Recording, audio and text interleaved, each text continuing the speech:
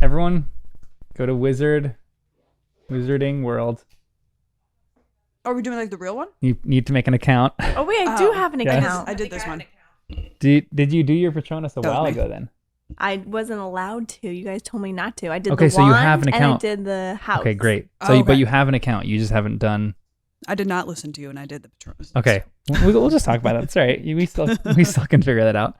Okay, Wizarding World. We won't do. I don't know if you. Where did you guys find out your houses? Was that like a BuzzFeed quiz too? Yes. Yeah.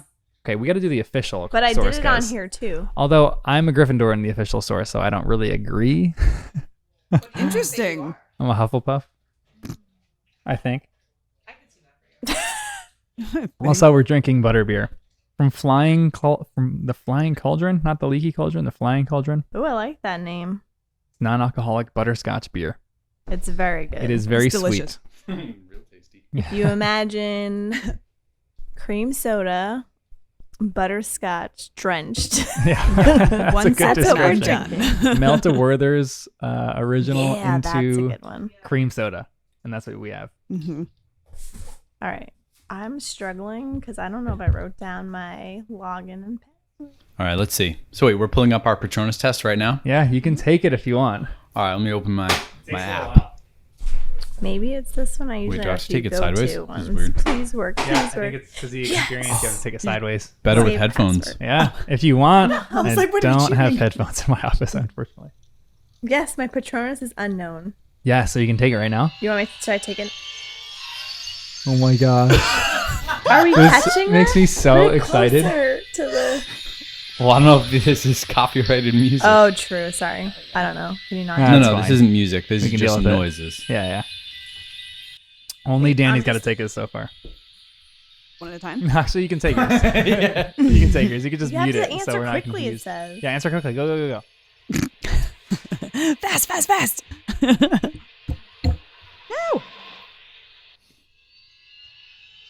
Wow, I don't have Danny's this. finding How it come I out. don't have this. I'm so excited. What is it? Should have brought your wand so you could like pretend it's coming out of the wand. Wait, I don't. Why am I not I'm doing trying that? to keep it near the microphone. Is your so- volume up? Oh yes, I like this better. You got yours already? Yeah. What is he doing? I am a brown hair. That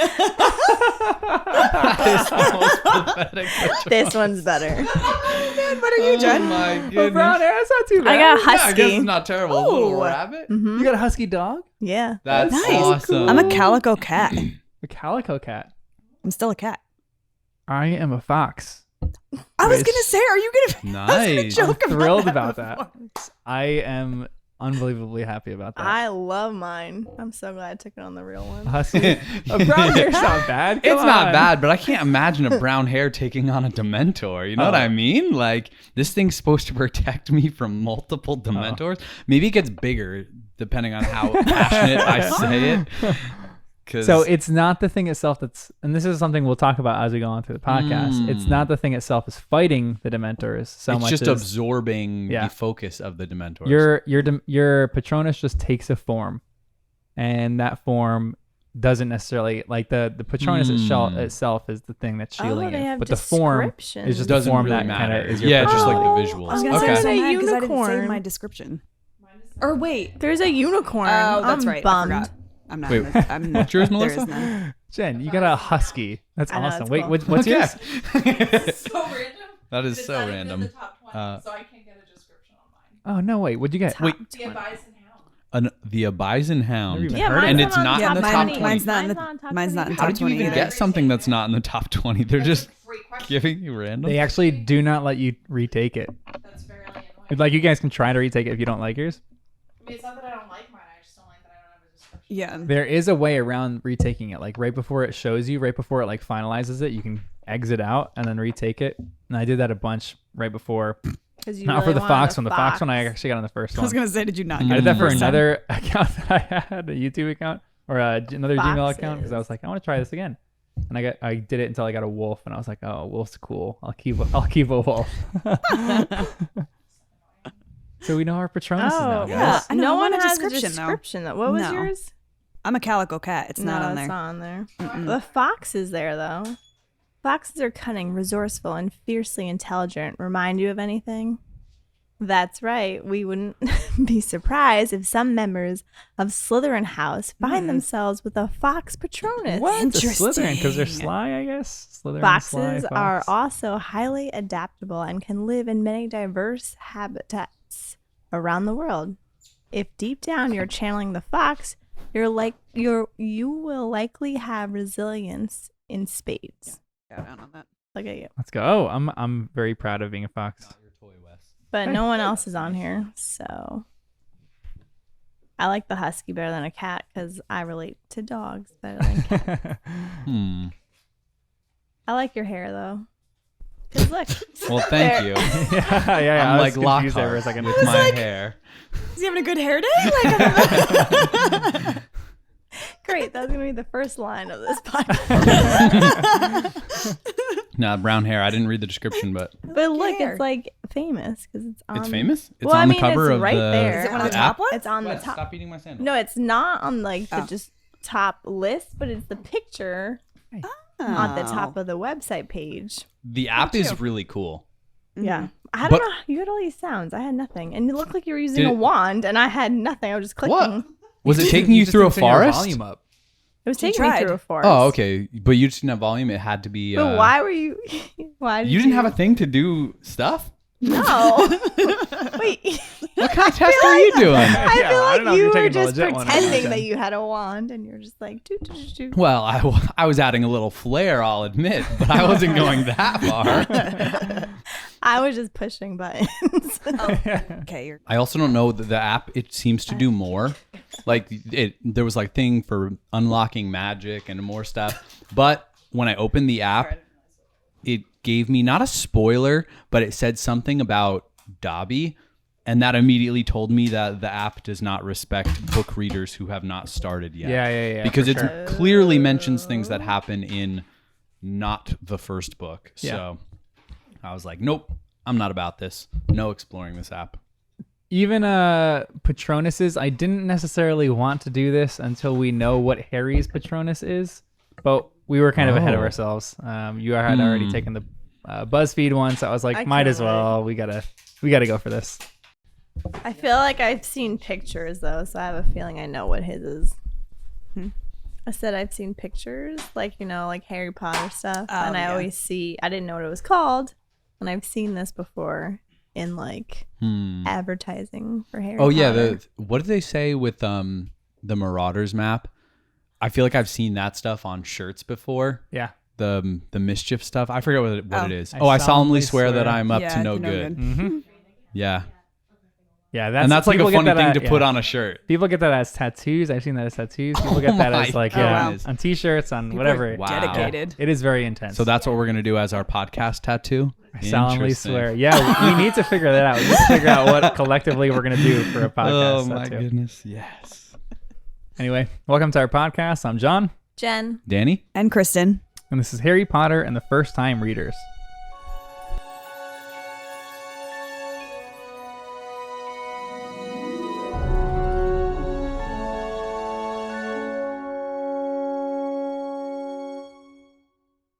Just the typical reminder, give us a rating and review if you can. That would be awesome. That gets the podcast out there. And then join our subreddit. We are doing all sorts of fun things in the subreddit. And one in particular that we just implemented was I'll post an episode and then I will pretty much just hang out in the subreddit and then interact with anybody who is listening live. I just did that last time with someone and it was really fun for me. They were kind of like giving me play-by-play updates of things that they were listening to, things that they were laughing at. And I'll just kind of hang out and talk with you guys while you guys are in the middle of that. But again, thank you so much for listening. It means the world to us. I feel like you guys got to start saying some of that stuff now. No. What, the intro? We'll go No, around that's and one of cool. you guys goes, this is Harry Potter and the First Time Readers. Not just me. Remember last time I tried to take over narrating, and you're like, "Okay, Jen, you're the host now." Yeah, it was great. That was sarcasm all over that. Oh yeah, because you started asking questions. Yep, and he didn't like it. So I don't think we can take your job. Oh, wait, what questions were you asking? I kind of remember that, but Yeah, she asked a question that was supposed to be about Harry, but asked it to us. I think. What To- was it? It was probably Yeah, you're to like, John, and John, then what us. is this? It's probably an accusatory question. You're probably coming down Yeah. with this Oh stuff. my goodness. Hmm. Well, you want listeners, right? All right, we are on chapters 11 to 15 of The Prisoner of Azkaban. And let's start with chapter 11. Let's kind of just go through this as we normally do. Chapter 11 is called The Firebolt. Give me a summary of what happens in this chapter. Guys. Sorry, I just feel pull it bad up. doing all the summaries, and Jen never wants to. But Kristen is getting ready. She's got one.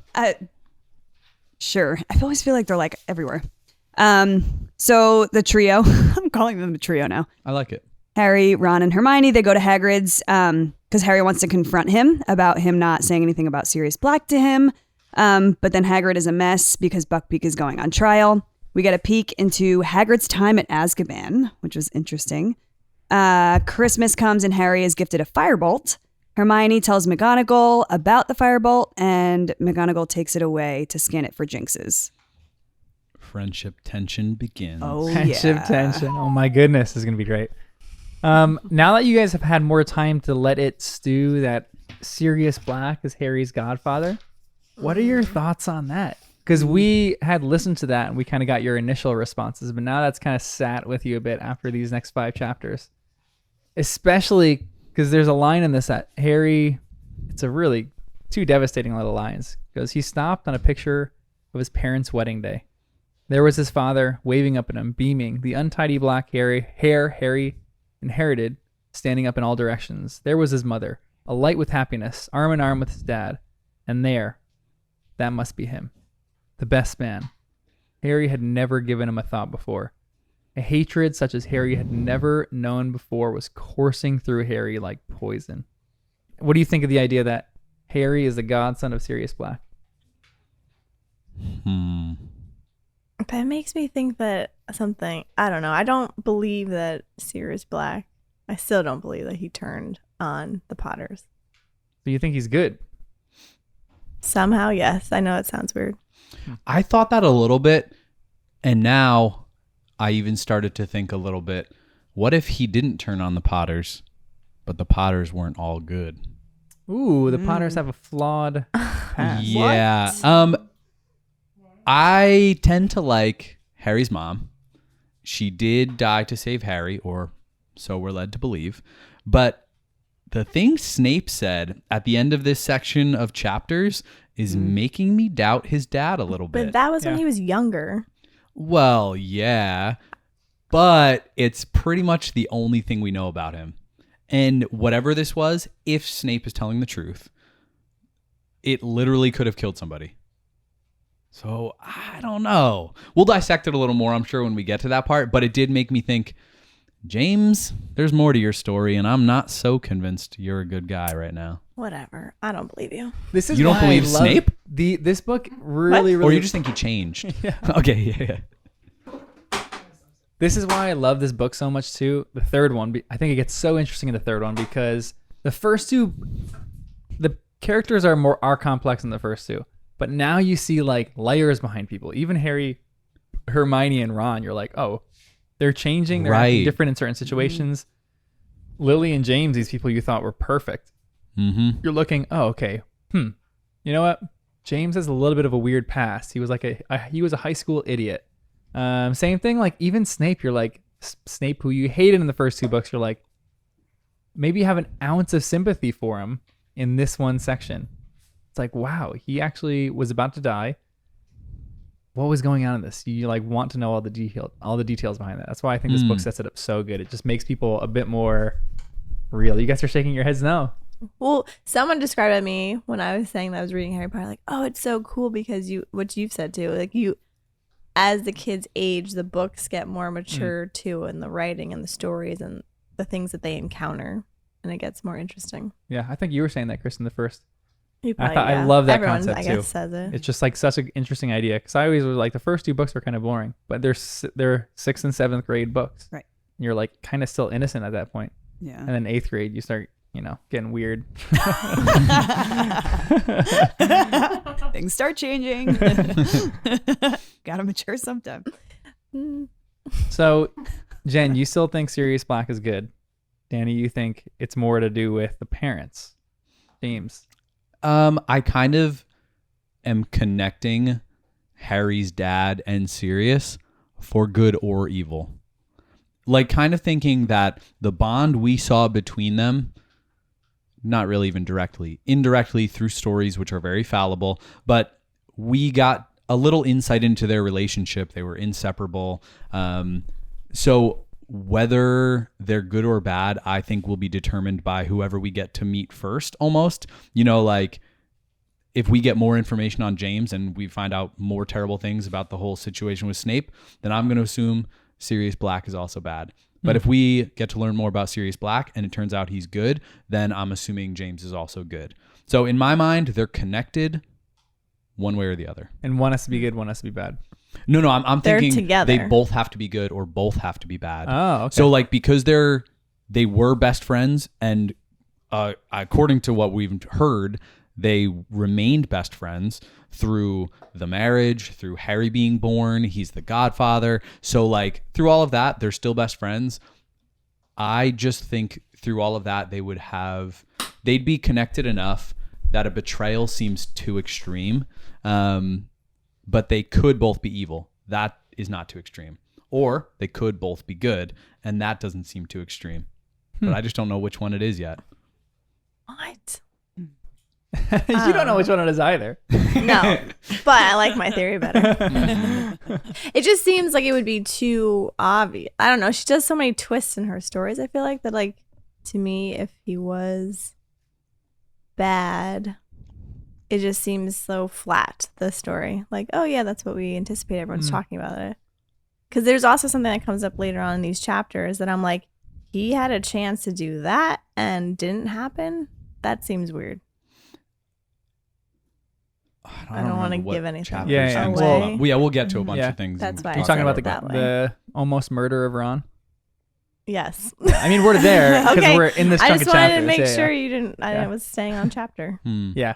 And that's what was going on in Harry's mind too. Maybe I'll cut this out of the podcast too, but from reading it for the second time, how much are you looking at all the things that happen being like, oh my gosh. I know. I'm trying to read it where I'm like, I wish I didn't know. Yeah. Oh, But yeah, it's cool. And you said this a while ago, Danny. She sneaks things in the smallest word here and there. And Yeah. this is what she's done for all of her books. For the previous two, if you go back and read those right now, you're like, obviously, I see that, and I see that, and I see that. But you can't ever do that on your first read, really, unless you're like a legit Yeah. FBI detective or something like that. I don't know. So that's why it's fun reading it for the first time, because you don't know anything and you're just experiencing things like this. But when you guys go back and read these for the second time, we'll start a podcast, Harry Potter and the Second Time Readers. Then it's going to be so much, like, that's why even reading these books is so much fun, because you can get to go back and like relive in the experience in the world and figure this stuff out. I'm also going back to that whole Ron scene. If he's this guy that can get out of Azkaban, he's going to mess up who he's picking out of the bed. Like, oh, let me just see if it's Harry Potter behind the Yeah, curtain. that brings up a lot of questions. We'll get there for that one. I just can't. Because I'm then like, there's no way. why was he even going Was it up even him? to, like, is he trying to murder Ron? That brings it up. So if he was going to murder Harry and he got the bed wrong, was he actually, like, that seems so That's a fair point. unreasonable. What was almost he actually more going likely after? he was after Ron. Not Harry. So, yeah, is And there then I something have on an Ron's idea. past? And then there, I have something with what's the cat? Hermione's cat. Crookshanks. Oh, yeah. Crookshanks. So interesting, that character. I still can't figure it out. But the Grim, the dog, the black dog, then I'm like, is that Sirius Black in a different form? Well, yeah, I don't think it's a Grim anymore. I feel like it's someone. I mean, now we're jumping to chapter like 14 or 15. But yeah, it's like, it just felt different than before. Not some mystical, like, non-physical being. Now it's like a legit dog walking with Crookshanks out in the woods. And they're together. I'm like, what is the deal so that with makes that? you think, yeah. You Sorry, think I just, Crookshanks could be a fast person? forward, so Well, I far. thought Crookshanks was Yeah. Sirius Yeah. Black, but I don't think so anymore. But the chapter with Ron waking up to someone with a knife, that kind of changed some things, because I don't think it was Sirius Black, but if it was, then Crookshanks couldn't be Sirius Black because, oh no, but Crookshanks if has run of the Crookshank- castle, so Yeah. Crookshanks was Right. outside. At But then night. they said that a man walked in because he had the passwords. Yeah, a man, but they didn't ask any follow-up questions. Yeah, I know. I Yeah, know, I was like, that it was this annoying. is sloppy I know. work right here, McGonagall. And then when I heard about, like, didn't it like cut through the curtain, the bed curtain? Hmm. So I, cut I'm through? mad. I thought that's how it was. So the Oh, painting was described. slashed, and I think his bed curtains were slashed too. Yeah. So then I thought the same thing. I thought it was Crookshanks, like maybe clawing Hmm. and then turned into a person. Maybe.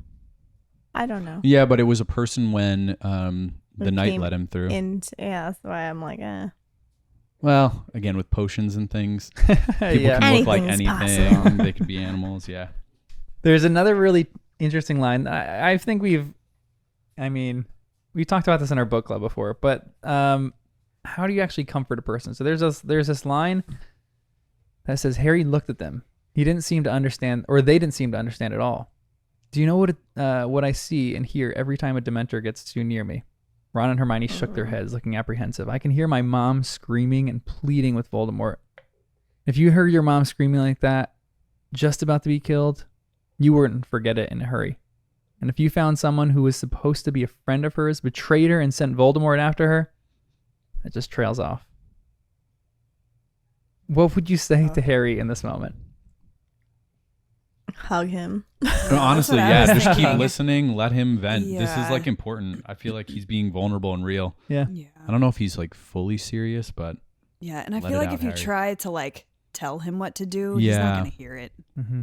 in those moments. I don't know. Honestly, Yeah. as this is where I think Ron is a really good character in these books, because I do think Ron's more of a listener and just like let it, like, go ahead, Harry, let it all out, more than Hermione, who is like, think logically, Harry.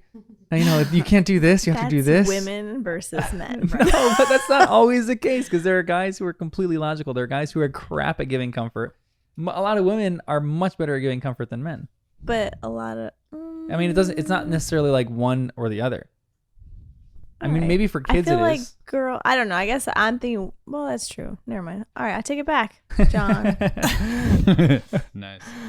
Because I think it's just an interesting point in this too, because there are people who do give good comfort who are actually, a lot of the women in this book are very stern. Like McGonagall doesn't give the best comfort. Usually What Dumbledore happened in gives good J.K. comfort. Rowling's I know. childhood? Yeah. JK, she had a let's good relationship with her mom. I Yeah. feel like it stems from. do psychoanalysis on her. I feel like that's the best thing to do, though. Just You're give them kind a of hug. right just though. listen. Now that you said that, I'm like, oh yeah, actually, all the women Yeah. are pretty stern, and the men, like Hagrid, is more sensitive, and Dumbledore, kind of. would On be. I said I never picked up on that. Yeah. Mm. JK, what went on in your past? But she's like flipping the roles, though. I yeah, feel like exactly. Yeah. normal, like society, it's the opposite. So let me just. I think it's flip the perceived in script. normal society as the opposite. Okay, true. But then I we mean, because live it. I think there are people who have like a gift of giving comfort, and it doesn't necessarily matter if you're a man or a woman. Mhm. People just have a gift of that. Like we're gonna see even oh man. Don't give Till book 5. spoilers. Till book 5. Oh my gosh. Book 5. That's so Yeah. far. It's only a few Yeah, I was months, like- Jen. It's like 1 month away. A few months. 3 I would have been weeks, done with maybe. all these books in a few months. I'm not even Think of saying how much anything more we're enjoying it at this pace, Jen. Yes, Danny. Yeah, seriously. You're so right. I love it. You know, But- I actually think Ron and Hermione gave great advice. Even if Harry wasn't ready to hear it, I'm just like psyched that they were able to give the good advice. Yeah. Hmm. They did give Yeah. really good advice, like really sound advice, but maybe at a different time. At Yeah, that moment, exactly. give him a hug. 20 minutes later, when he's really cooled down, then you can start having a conversation, you know? And the fact that Hermione also, like, she's like, please be sensible with tears shining in her eyes. Like, she's getting emotional too about the whole situation. So I get that they didn't have the self-control to kind of wait it out and let Harry vent a little. So there's another moment here too. So there's another moment where he actually gets his firebolt. Phenomenal moment. We all love it right here. We're like, McGonagall, she's at it again. Also, I think in this whole chapter that maybe McGonagall is just playing it up. She really bought the firebolt. And she's just playing it up like, oh, we have to test this to make sure Sirius Black didn't give it to you. Did they win something? Like she got money from the bets. Yeah, and she made sure it was back to him. You know what before she the did? game. She bet the exact money a firebolt costs. She like paid credit in this. Bet that money, knowing that Harry was a shoo-in to win if he had a firebolt. They crushed. They won. She went, paid the down payment. The next game, she paid another one, and then she got that money. There, she was just crushing it right now. And while she had the firebolt confiscated, the odds went crazy. So she placed her big bet right when people didn't know if he was going to get the firebolt back. And then she returns it. But she already got the best odds. The bookies were going crazy in those weeks before it. Nocturne Alley probably is where this all goes down. I don't know. But I love this moment too because Ron goes, "Hey Harry!" Ron gave a great whoop of laughter. "Malfoy, wait till he sees you on this. He'll be sick as a pig. This is an international standard broom. This is." I love even Ron's excitement. Like, I love a good friend who can get excited with you over a moment. Even though Ron's poor, he's for sure jealous of this. He still gets excited with his friend in this moment. I feel like he was almost more excited. Right? I know. Oh yeah. Because Ron, he loves Quidditch more. I feel like he loves it more than Yeah. Harry, even though Harry does love it. Do you think Ron would be a good Quidditch player? He never really has had a chance because Gryffindor's team has been like a tight-knit unit. Did he even like try at all? Do they have tryouts? So they'll have tryouts for missing roles on a team. Usually people have carryover. If like you were a chaser on a team already, you'll have. That's why Angelina Johnson, Katie Bell, and who am I missing? Jonathan.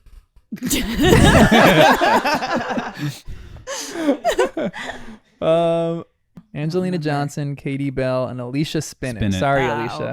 Okay. Sorry. We love you. But those three have been on the team before, so it's like no one's going to be better than them if they made it in their prior year, unless like by some crazy chance. So they might have tryouts, but those three are like shoo-ins. Do they didn't really have a bench gap in warmers? their Well, team. that's the thing that it seems kind of flawed. I feel like we got a little bit of mixed signals because Slytherin got to push their match later because Malfoy wasn't ready to play.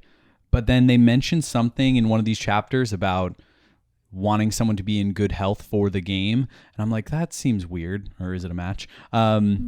Because why do they need to be like, it was almost like if they weren't in good health, they were going to have to play anyway, like a man down. So I'm like, well, what is it? Are you playing a man down? Do you need subs? Or is it like set? I feel like there's a pure way to play Quidditch, which is just you stick with your lineup. Slytherins don't do that. They changed up their whole lineup for their last match against Gryffindor.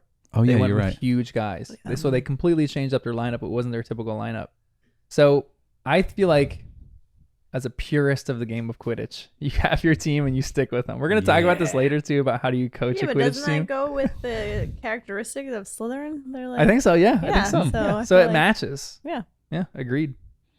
Hundreds of galleons for the firebolt? Hundreds? Hundreds. Expensive, dude. So McGonagall expensive. What is is that compared raking to? it in right Well, now. we don't have Like- anything to compare it to. Yeah, I'm like, I don't even know. The what most that really expensive means. thing we've seen would be like a wand, I think, is 9 galleons. I have no idea. I think that's what it was. Go back to So your handy hundreds dandy for a notebook. fire. 1 galleon is approximately, I'm looking this up on YouTube right now, $8. $8? Yeah, that's it. Oh. Jen, you all right? So a wand is like $80? Which isn't bad. That's You not all bad. right? Wait, I missed that. 1 galleon is approximately $8. Oh, Hmm. so that firebolt's But not hundreds of that- galleons, Yeah. assuming multiple hundreds, It has to be like- 300. Now we're talking $2,500. Yeah. Oh, okay. This is substantial. That's why I need you to do the calculations for me. So like, that is expensive. Harry is digging through his trunk. Something pops out. The sneakoscope. The sneakoscope starts going crazy, but that's because of Crookshanks and Yep, Scabbers in see? that moment. Oh, Do you think That was that the moment. yeah. Sorry. No, you're good. No, I was gonna say that was the moment when you were saying that you thought maybe Crookshanks could be a person. Yeah. That's when I thought that. I was like, And Danny thought that too, though, right? Yeah. Yeah. Because it just keeps going off, and it always happens to be when Crookshanks is around. Well, because originally I thought it could be Lupin because it happened in the train car. So either right. if someone was But invisible in the Crookshanks train car or whatever, but Crookshanks was in there and in it Lupin. too. So it had to be one of them Right. or someone with Polyjuice What if pretending they're to be the Hermione same? or Ron. Or maybe Lupin has an invisibility cloak in like the room, Gryffindor or common room or something like that. Terry has one, so maybe Oh, that's a good point. Lupin has one, and he's hanging out there like maybe he was the one that gave the firebolt to Harry. Lupin we don't know who is gave the such an firebolt to Harry interesting yet. character too. I Yes. love him. Yeah. I love him Because I too. can't figure him out, but Yeah. I love what he does and So good. says. Oh, it's so good. He's great. I'm like, this is one professor I actually like. because he actually is a professor. Yeah. He can actually teach. Yeah. They finally got Probably one. why. Yeah. But also, it did seem ridiculous in this chapter. Well, kind of not also, more like a change of subject to the broom. They trusted it so fast. Harry was completely blinded by this thing. And I feel like Hermione did the right thing. Agreed. Yeah, same. Agreed. We're gonna talk about this too as we That's go what on. she's always doing. She's always Yeah. looking out for them, even if Yeah. it's hard as a friend. Like We I don't was gonna say, know, that's the but she hardest thing to didn't do. say anything about the secret passage to Hogsmeade. And that was when it came up the first time. She's like, you should tell someone about this. yeah. I don't think she has, although maybe she did and we just don't know about it. So I thought because of that, she wouldn't go tell on them. But this time, I guess they just crossed the line. And Hermione's like, no more. I'm tattling. She really is looking out for their best interest. It's like a parent when they're saying like, Yeah. "Oh, I'm like spanking you because I love you." That's Right. what she's doing. She's like, "I'm tattling on you because I love you guys." Right. She And cares it's more genuine. about She's a them than she little cares more about their mature. friendship. Yeah. She's like, I will destroy our friendship to save you. Wow. And that's true love right there. Yeah. That is. That's Yeah. great. She was willing to sacrifice her friendship with them to like. I still have can't them figure out alive. also. Who? I said I still can't figure out how she's taking all these classes. Yeah. Oh, yeah. Oh gosh, yeah. She's stressed out. But On she's top of able everything, she's but that's stressed what I'm out. saying. Like she's able to do all that, and then she's still looking out for her friends Yeah. and like making sure they do the right thing. What about this dinner? Dinner of 12 then becomes 13 people. Yeah. Oh right. That was kind of a cool time. But no students are at the school. I guess even in previous years, I pictured Harry was hanging out with a few people, but this was 13 people. nobody. 12 people. Less. It's probably like it was like what 5 students other than Harry, Ron, and Hermione because there was Oh yeah, 5 teachers and then became 6 teachers. Well, Sirius Oh no, Black 6 is teachers loose. became How is 7 that- teachers. I was gonna say it was not a lot of kids. why are like even so maybe there should be more students staying, but why are Ron and Hermione staying? I don't understand that. I Yeah, mean, that's I think it's for the plot of the book, but there has to be some other reason for it. Definitely. Like Ron's siblings, his family are going home. Right. Yeah. I think this maybe it's just him being a really good friend and being like, Harry has no one, so I'm gonna stay home. And his parents are like, yeah, sure, go ahead. Yeah, I can see But it. I feel like his Um, mom would be like, no, I want you to come home and like spend time with the family. Bring Harry with you. Yeah, I didn't even question that. And like Hermione, I feel so bad for Hermione's parents. I'm not gonna lie. Like I feel like they never get a They chance to don't see her. have her Aw, ever. Yeah. She's like always hanging out. She's like left them behind in the wizarding world. Does she have siblings? Do we know? No, Will she's we never know? mentioned it, and she gives only child vibes. Yeah, she does Yeah. give only child vibes. Mm-hmm. That's an interesting one too, because at the table, who else comes down but Professor Trelawney, and she said that the inner eye told her to come down, I can't take her. and then She makes a noise. she goes, "Certainly I knew, Minerva," she said quietly, "but one does not parade the fact that one is all-knowing. I frequently act as though I am not possessed of the inner eye, so as to not make others nervous. That explains a great deal," said Professor McGonagall tartly. I love their McGonagall. interactions. Yeah. The two of them are I know. so great. There's a lot of like foils in this book. I think Ron and Hermione are foils for each other, like complete opposites. And then Trelawney and McGonagall are Oh, for sure. complete opposites, and I think it's so much fun seeing them interact. But here's a question of the chapter: Who sent Harry the firebolt? I thought McGonagall. Really? When you said that before, I was like, that was my Gambling guess.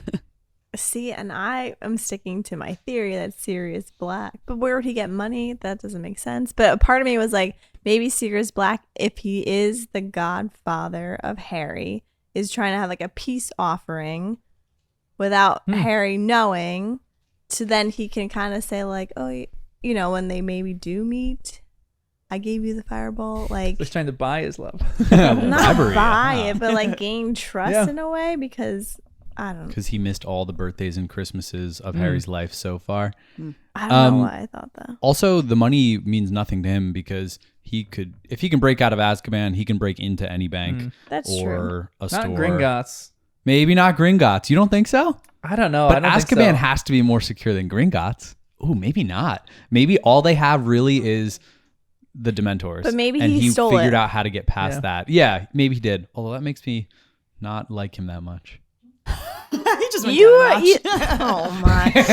Oh, like, can't. the idea of him giving a firebolt, I'm like, oh, that's so sweet. But if he stole it, And left money. That's Oh, not- well, yeah, then it's not even stealing. It's just Or- shopping after hours. We're talking about compounding interest here, guys. So he was Oh, in, he was in yeah. Azkaban for Compounding 13 years. interest. Even if he had a little bit of money and he just was like, put it in Gringotts and have Exactly. compounding interest, when he gets out, he's going to be loaded. 13 years? Absolutely. There you go. That's why I said him. Who do you I kind of think? thought it was Lupin. Yeah. Lupin. Huh. Yeah, as I was reading it, that's just what I thought. The shabby robes, I don't buy it. He's frugal. He's not poor. I love that. I love Say that. that with such gusto. Yeah. Because we said that about the Weasleys, too. We were talking about how they're just good budgeters. They got 800 galleons and they're like, we don't need this. Our budget is set. Let's just spend it all immediately. Yeah. So I kind of feel like Lupin is similar. How did he know? He knew that Harry Potter's broomstick. Got beaten up by the Whomping Willow. Yes. Did he know that? Lupin? I guess Yeah. he didn't have to know that because you can just kind of give a gift even if you think, like, he has a Nimbus 2000. Oh, yeah, that's true. All I'm right. just going to get him a Take it fireball back. because it's the Yeah, best yeah. broom in the world. But Right. it does make more sense if the person sees it. Lupin might have saw it, maybe, or he just heard about it because I was when gonna he say, goes I'm into the sure office word got later, he goes, around. "Oh, I heard about your broom, Harry." So I don't know. So Jen, you think Sirius? Danny, you think Lupin? You think McGonagall, Kristen? Yeah. All right. What do you think? You can't I tell read me. it. Yeah. I forgot. I don't think You about know this stuff what? anymore. I just wanted to change to be the host for a second. I love your theories on this. I'll just say that. Chapter 12. Anything else in I chapter can't 11 believe I that you just guys asked saw? you that.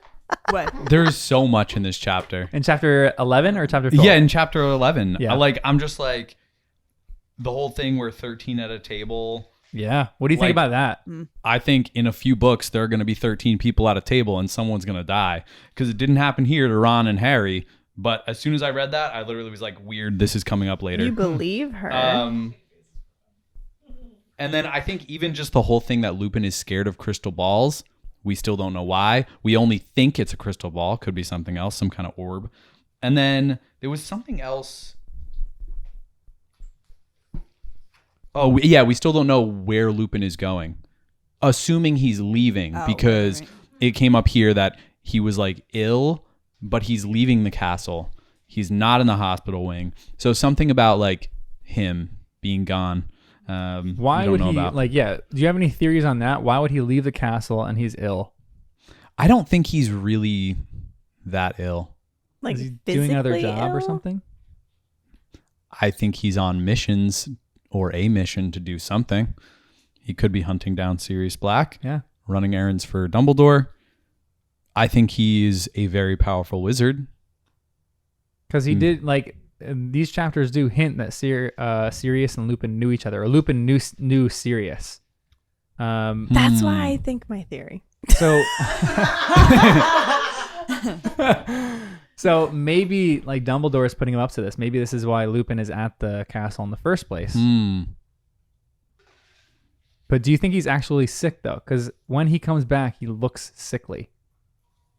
But maybe he's going and meeting up with Sirius Black, and somehow because he was in Azkaban, where it sucks all the joy out of you, maybe when he hangs out with him, it sucks the joy out of Lupin. Lupin's And giving then him some when of he his comes joy. back, Snape has to refill Wow. it with his potion. Yeah, I was gonna say because the potion. Whoa, is in there Snape too, making for a joy something. potion. That is something. Yeah, wait, this is like a actually, trifecta. but that does So come against up character. because in these laughing- chapters, the cheering potion. Cheering potion, that's right. Or the So- cheering charm. It's not a potion, it's a charm. Oh, it's a Oh, that's charm.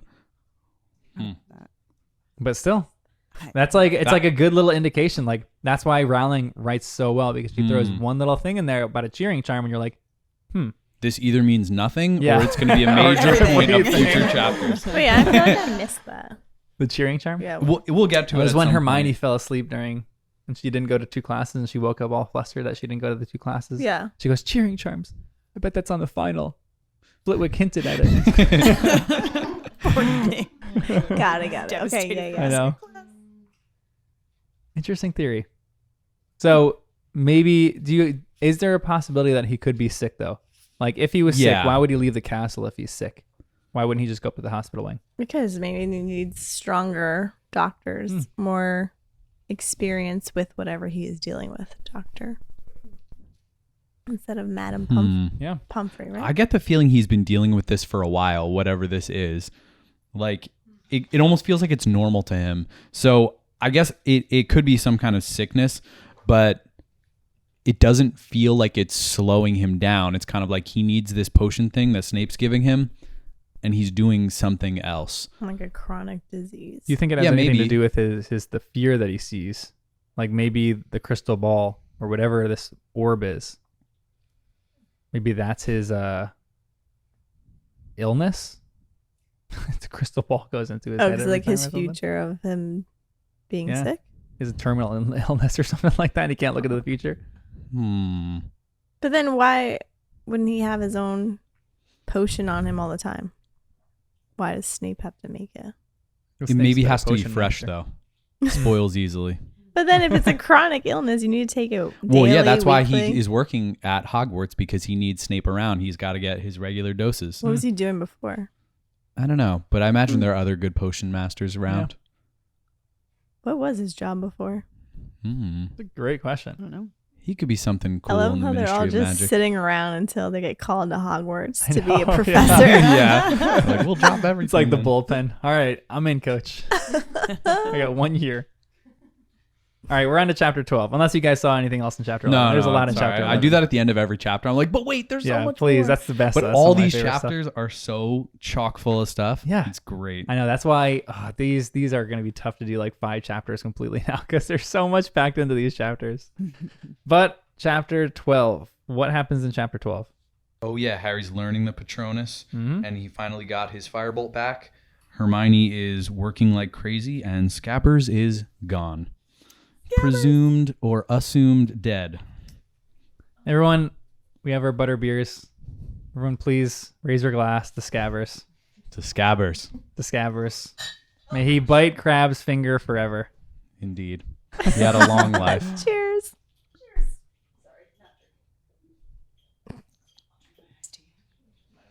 Sugary. Wow. All right. This chapter opens. Harry knew Hermione had meant well. That did not stop him being angry with her. Which is a great line. We were talking about that before too. Hermione really does mean well, but she's willing to sacrifice their friendship for their greater good. That's a great friend.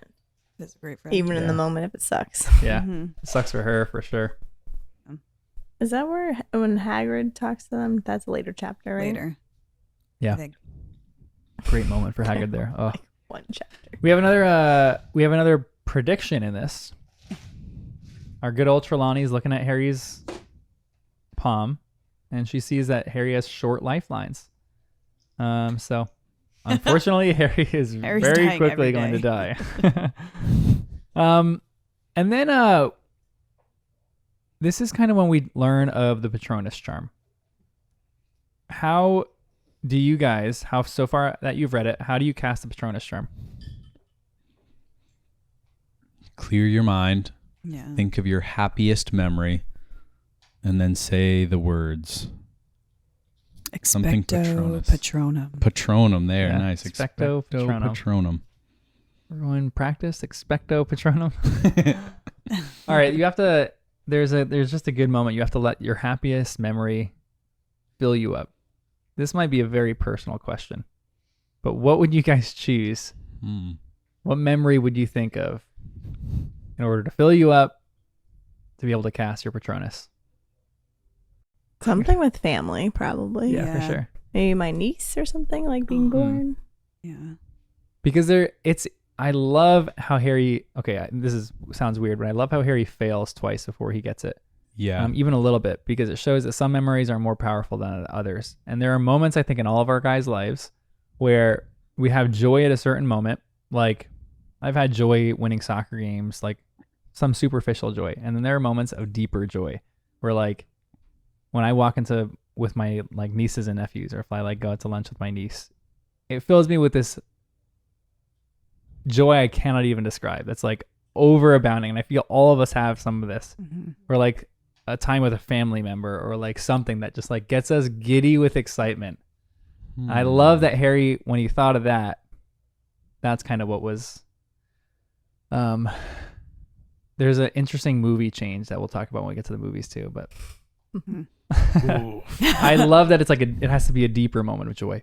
I love that he started so like small though. Yeah. Like it was when he first got the broomstick, or when he first flew. Oh, that's right. Yeah. And then it was when he won. And then it went to when he realized that he was a wizard. It's funny that didn't come up first. Yeah. Like, it feels like he doesn't have that many great moments, though, to be honest. Yeah. Because when I'm thinking about it, I just go farther and farther back, like before the stresses of adult life, but into childhood when it's like, you could go weeks without a single actually stressful thing going on in your life. You know what I mean? And maybe I'm very blessed to have a childhood like that. Harry did not. Yeah.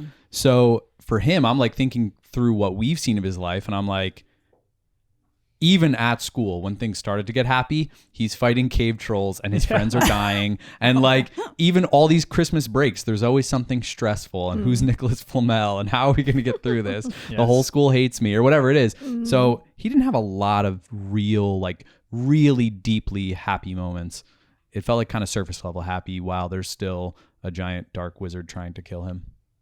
but he had such a contrast from childhood to then having friends, and then the Weasleys that loved him, and like there were all these moments that I'm like, how did you not pick that? Like when you were being loved by the Weasleys, right? And then or meeting your first friends like Ron and Hermione. Like, how is that not something that would be? I think that's a great point that you're mentioning, because he doesn't really produce a full Patronus. It's only like a little, it's a basic shield that he's producing. So like he's not thinking of those moments yet, which is why he's not maybe producing a full Patronus. Yeah. I mean, I think back to when I was a kid, if I was asked this question, it would have been like when I won a dance competition. Yeah. You know? Now, you know, it's like, yeah, that was great. But I kind of went along the lines of you, where I went back to like Christmas Eve with my family. And it wasn't even like the gifts the next morning. It was like the anticipation, being with my family, going to my grandfather's, having the same type dinner, you know, and just all being together, watching the Christmas movies. And it was like this elation of like anticipation. I feel like that's now as an adult, like that's where I would go. And he didn't have that. Yeah, exactly. He didn't have anything like far back. And sometimes those moments get sweeter with time too. Right. You look back and you're like, oh, wow, I didn't realize that was going to be the last time the whole family was together. And then you're like, that makes the moment even more special and more powerful. So Harry doesn't have a deep well to dig into for happy moments, but he does have some good ones that he hasn't gotten to yet. So that's a great point.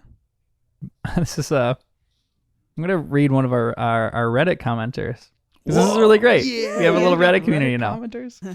under the the username Alpha Wolfgang. So maybe he's a Twilight fan. Because this is a tough. Jen's like, yes.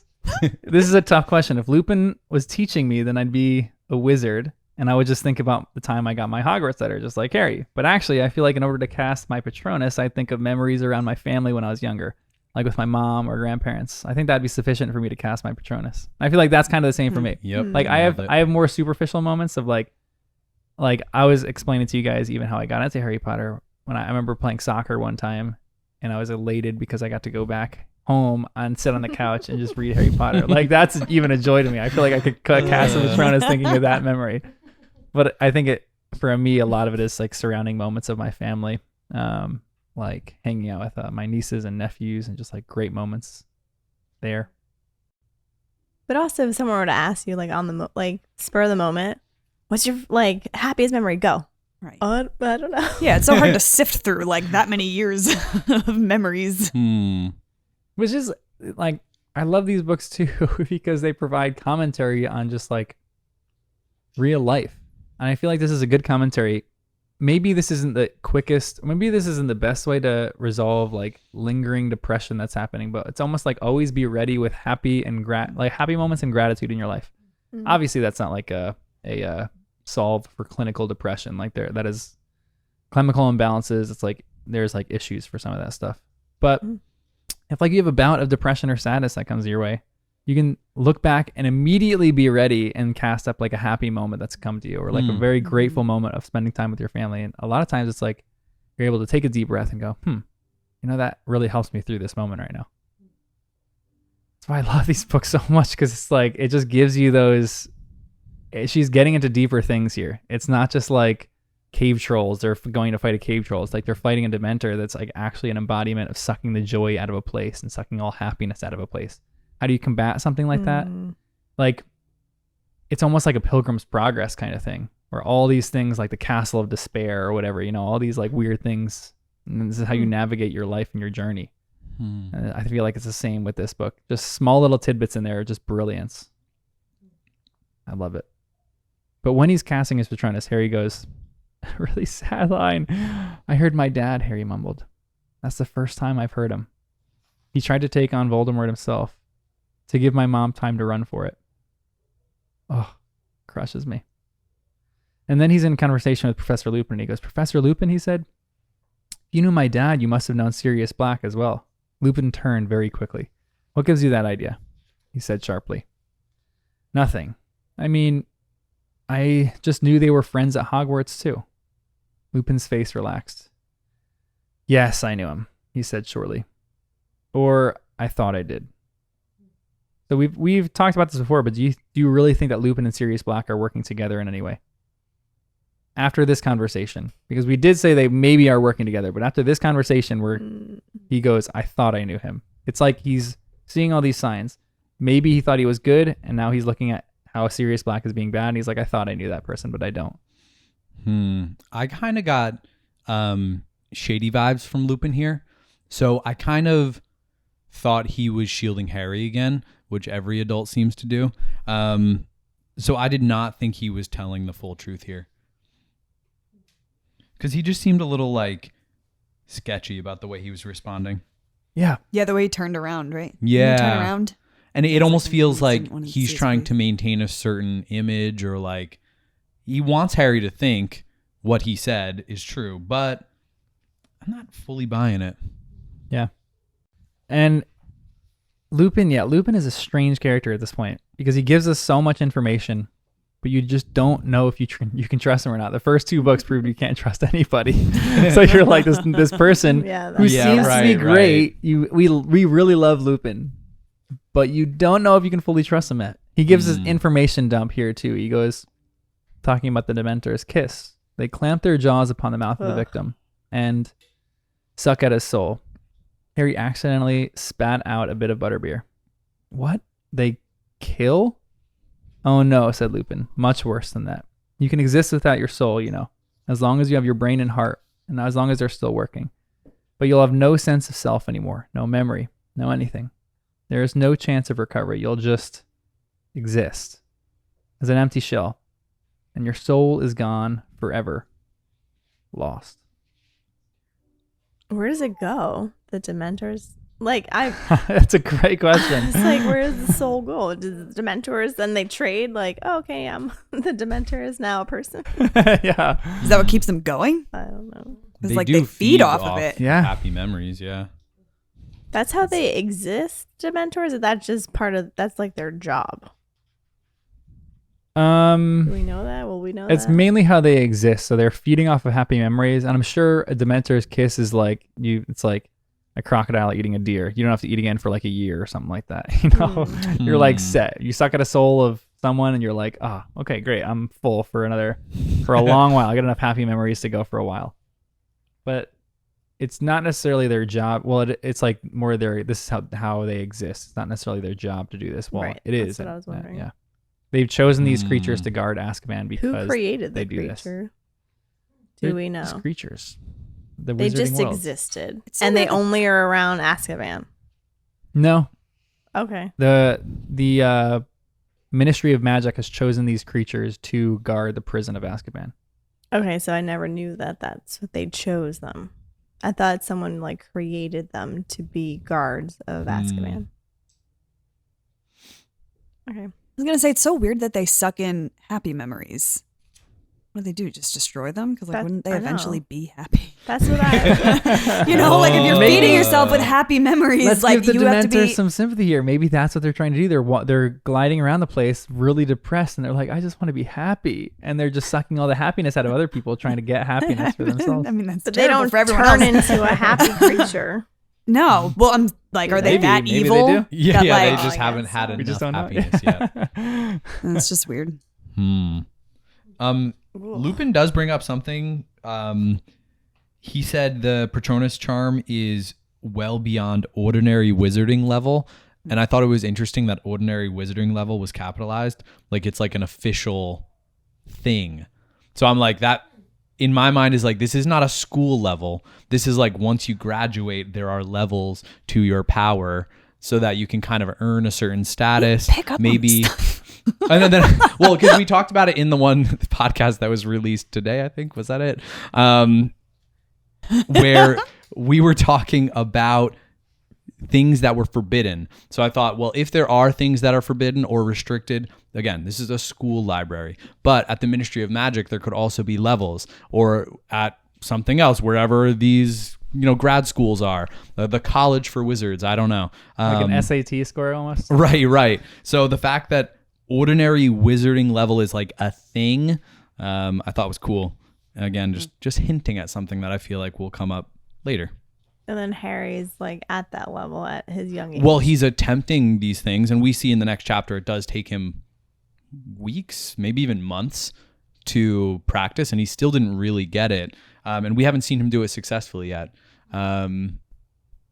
So yeah, he's on his way with lots of practice to be equivalent of ordinary wizarding level for a very specific type of charm. Maybe even one that would be very challenging for him because of his lack of happy memories. But a question of what is an incantation? It's like something you have to say. Does incantation mean there needs to be emotion behind it? Because at first I thought you didn't need your wand, but apparently you do. Yeah. So then what's the difference between a spell and an incantation? That's a great question. In my head, I don't know if this is like canon for Harry Potter, but in my head, incantation has to have meaning behind it. Like Okay. a spell is like You just say the words. like a spell, like we were talking about the cheering charm. Once you get it, you get it. It's like riding a bike. An incantation, if you're not thinking of a happy memory, you can be an immensely powerful wizard and you cannot conjure Patronus because right. you're not properly meditating and thinking on the right things. Yep. That seems to be, in my head, the difference between the incantation and a spell. What were you looking at this? It says with an incantation, which will work only if you are concentrating with all your So might that's on like- a single very happy memory. Yeah, So it's like you yeah. gotta So that's have like that. a characteristic of all incantations. They only work with certain emotions attached. Yeah. And according to Google, an incantation was the magic word or words spoken to cast a spell. Oh, okay. Also, the oh man, there's so many things in these pages. The other thing that was weird is that when Harry is facing this Bogart, he's still hearing potentially his parents talking, and he still needed to eat chocolate afterwards, even though it's not an actual Dementor. So I was like, well, that's weird. So does that mean him hearing his parents is just in his own mind? It's his own memory that's being brought out because of fear or a heightened emotional state? And then why did he need the chocolate? If it's not a real Dementor, what's it actually protecting him from? Unless the Boggart can tap into things even more intense than we realize. It's like the Pokemon Ditto. Like it actually becomes a Dementor Yeah. for a second. I think that's maybe closely what a Boggart is. I don't know why I knew that. And I'm sad that I understood it. And that we use it all the time on this Yeah, podcast. Ditto. Or I do. It goes Okay, that around. makes sense. I'm into that. I think it can kind of. Yeah. I think it's more than just a phantom of the thing. I think it actually becomes It thing becomes itself it. for a little bit. Which I think. found so interesting because like otherwise he wouldn't be able to practice, but then I guess he wouldn't need to practice to his Patronus if his worst fear wasn't a Dementor, right? Like he wouldn't be able to practice. Right. But then I guess the point of him practicing was because he was encountering it and like passing out when And, yeah, the that was- Dementors yeah, would right, come right. about. Because Does I thought make that too. Like, sense wouldn't what it be I'm saying? smart to practice like in an empty room without being attacked? But they didn't do that. Like something, I feel like he still probably should have started that way. Yeah. But going straight to the Boggart was kind of like, okay, that's. But he intense. probably feels like Harry's seen a lot already, so Yeah, let's maybe. just go Do you for think they it. were rushed too with the game? Well, Because weren't they? He wanted to do that because of theory- the game coming. So Oh, it's in like case it took it was a almost while. yeah. But I mean, it was Oh, like yeah, the yeah, more yeah. practice that he could do on this, because In the like real he thing. could have actually faced another one at the game. Right. But then none of them appeared. Yeah. Right, but it was just yeah, right. but it was just they didn't know none of them were gonna appear. Yeah. I guess.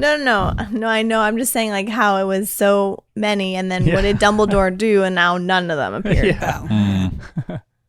Yeah, I think they definitely I mean, I'm all for like throwing someone into the deep end and like seeing if they can swim, you know? Oh boy. But I do think for something like this, you don't necessarily need a Dementor for it. Like I guess there is some kind of sense of urgency that comes with it. Like, okay, I have to actually do this. And so like when he can't do it and when he's like hearing his mom scream and he has to have chocolate, he's like, okay, there's actually repercussions for this. So it is good training. But maybe the first few, just like have him practice in an empty room. Just with Yeah, you. right. But could you practice though? I feel like you need something that you're was gonna- fearing or afraid of in order for it to like maybe appear. Yeah, maybe that's the thing behind it. Maybe 'Cause there has to be something that like there's urgency behind it. Yeah. Yeah, that would make sense because even in the later chapters where Malfoy dresses up as a Dementor, he still had that same fear, thinking it was real. So that's why he was able to actually cast a Patronus. Everyone loved it too. They're like, that was a great one. Yeah, And he's like, I didn't even see it. Yeah. maybe the And heightened I don't emotion of the even- game. and helped I don't him. even know what it is still. Harry, when he learns of the Dementor's kiss too, he goes, Harry sat stunned for a moment at the idea of someone having their soul sucked out through their mouth. Then he thought of Black. He deserves it, he said suddenly. You think so? Said Lupin lightly. Do you really think anyone deserves that? Do you think anyone deserves a Dementor's kiss? No. No. Lupin's part of the resistance. Everyone- right? Let's overthrow this Ministry of Magic ridiculousness. I am so against the Azkaban. Insane. Wait, time out. The way Azkaban is run or the idea of Well, I don't know how it's of a run, prison? but we know that their justice is not good. And I think we discussed a little bit last time because Hagrid was there. And so even this sentence is kind of just tells us how he feels about the way it's structured with Dementors around sucking out happiness. Like this is just an extreme version of it with the actual kiss. But it does feel like he's saying that kind of human torture is not okay. But then I'm picturing Does anyone deserve that? Even people who are guilty, he's kind of saying Voldemort. don't deserve it. I know I thought of Voldemort too. Well, I guess we got to ask ourselves how we feel about capital punishment. I know this is the And torture. real question Right. behind it. There's this great. I mean, there's Yeah. a great line in the Lord of the Rings Second movies and in the book too. Many are deserving of death. Are you so? Will you give that out? So like, what does he say? I got to find it because I can't quote it exactly. I guess a part of me too is wondering what does that look like? Are they literally like strap down this person and then they come in for the Dementor kiss, or like can like, what is? I guess I'm picturing really Yeah. dark stuff, but I'm like, what does that look like? Yeah. Yeah. I do like Can't that they fight Hagrid it? mentioned, I think it was in the last chapter, that when he got out, he like, it felt like he made a full recovery. Like he didn't have lasting harm. It was kind of like almost all like a bad dream. Mm-hmm. So that makes it a little better to me. Like reborn, he said. I Yeah. felt like I Yeah. was reborn. But then it feels weird because Sirius Black is crazy. So I'm like, was he crazy before? Did he go crazy in Azkaban? Is he pretending to be crazy? But he's not. He's not? Because remember Fudge went to Azkaban and he was Right, like, and it was he was so normal, shockingly right? normal. But then that's why it seems so odd, because at the beginning of the book, they're talking about his hair is crazy. He's acting like a lunatic. Yeah. So I don't fully The understand. media. Classic. Jen, give us a media commentary. Oh my gosh, that was great. This is the line from Lord of the Rings. Many that live deserve death, and some that die deserve life. Can you give it to them? Then do not be too eager to deal out death and judgment. Oh my gosh, I remember that quote from when I read it. Really? Yeah. It's a great one. 'Cause I feel like That this was a great one. This idea of the Dementors, like when Lupin is like, do you really think anyone deserves that? It's the same idea. Right. I don't think so. I don't think anybody anyone. deserves I mean, it. No, I don't no. think so either. Everyone Yeah. should have a chance, like a Yeah. second chance, even if they did something wrong. Yeah.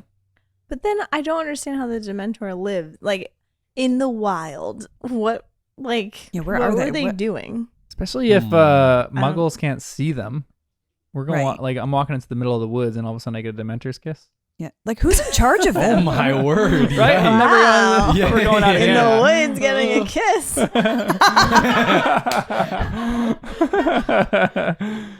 But it is like so we watched the movie Soul last weekend, and it somewhat has the same Oh, similarity yeah. that of people that get lost in the like the ether or like the zone, and it's almost the same. Like there are people in the world that yes, you go through bouts of depression. Sometimes it's like being locked in Azkaban, where like you can get out, but sometimes when you get out of Azkaban, you can recover from things like that. It's like your memories aren't lost, but then there are some people who are so like they have such deep depression that it's like they cannot climb out of that no matter what happens. And it does feel like Yeah. like they're just trapped in there, which feels weirdly reminiscent to like a Dementor's kiss. I'm sure it does for them, where they just like feel less of a person. It's just so difficult for someone to go through something like that. I just love that she is providing illustrations for people to help them out through life. Like I'm sure there are people reading this being like, that is what I experience. And like she's providing helpful ways to get out of it too. I love that. Yeah. But Scabbers dies. Rest in peace to Scabbers. And then I'm not convinced. oh, okay. All right. Unless there's a body, I don't buy it. So Danny takes back his drink. But do you think that we talked about this before, but again, do you think Hermione was right to tattle about the broom? Yeah. Nah. Because you don't know who. No, I get that. And I truly do understand like that. And even if she tattled about the secret passageway to Hogsmeade, like I wouldn't blame her for it. To say she's right for it, that's like saying Harry shouldn't have gone into the Chamber of Secrets, or like all these other Gryffindor qualities we love. It feels like shouldn't have. a little weird. Right. Like I'm saying maybe he shouldn't have. Maybe she shouldn't have. But Why don't they just call Dumbledore? true. Ask him the real questions that Harry never asks. Sorry, I'm interrupting. But I feel like I kind of just am like, I'm annoyed with her. It wasn't cool. It's almost like I'm being childish and I know it. I'm mad at her even though she did the right thing. Maybe that's what I'm trying to say. It's like Thank literally you. this That is is how the what I was chapter waiting starts. It's like she did the right thing, but I need a few chapters to be mad. The beginning of this chapter goes, Harry knew Hermione had meant well, but that didn't stop him from being angry with her. That's all of us. We all know Hermione meant well, but we're all a little angry at her for tattling on the... I wasn't. I was like, yep, that's right. You two getting two shoes over here. Well, I know. I fought with did you? myself because I was like, That might have been me. It was I don't me. know. I went back Definitely. and forth. I'm like, would I have though? Oh, I was hoping you were going to give us a story time of a time that you tattled. No, I'm not like a tattler. Hmm. Not like that. I'm a But rule if it was follower, like this, but like life or death, you think you would have just gone for it? I would have warred back and forth Yep. between like what was right. Ugh, Yep. I don't know. It's a tough one. But she gave them like a chance, didn't she? Like, oh, you really shouldn't use it. And they're like, yeah, it's fine, whatever. Like, that would be me. I'll give you a chance. You can decide the right one. I know the right answer. And if you don't choose As long as you the choose right what I answer, choose. Yep. I'm going to tell you. I don't know. I thought it was smart. Yeah. Yeah. All right, we're on to chapter 13, Gryffindor versus Ravenclaw. Take a breather.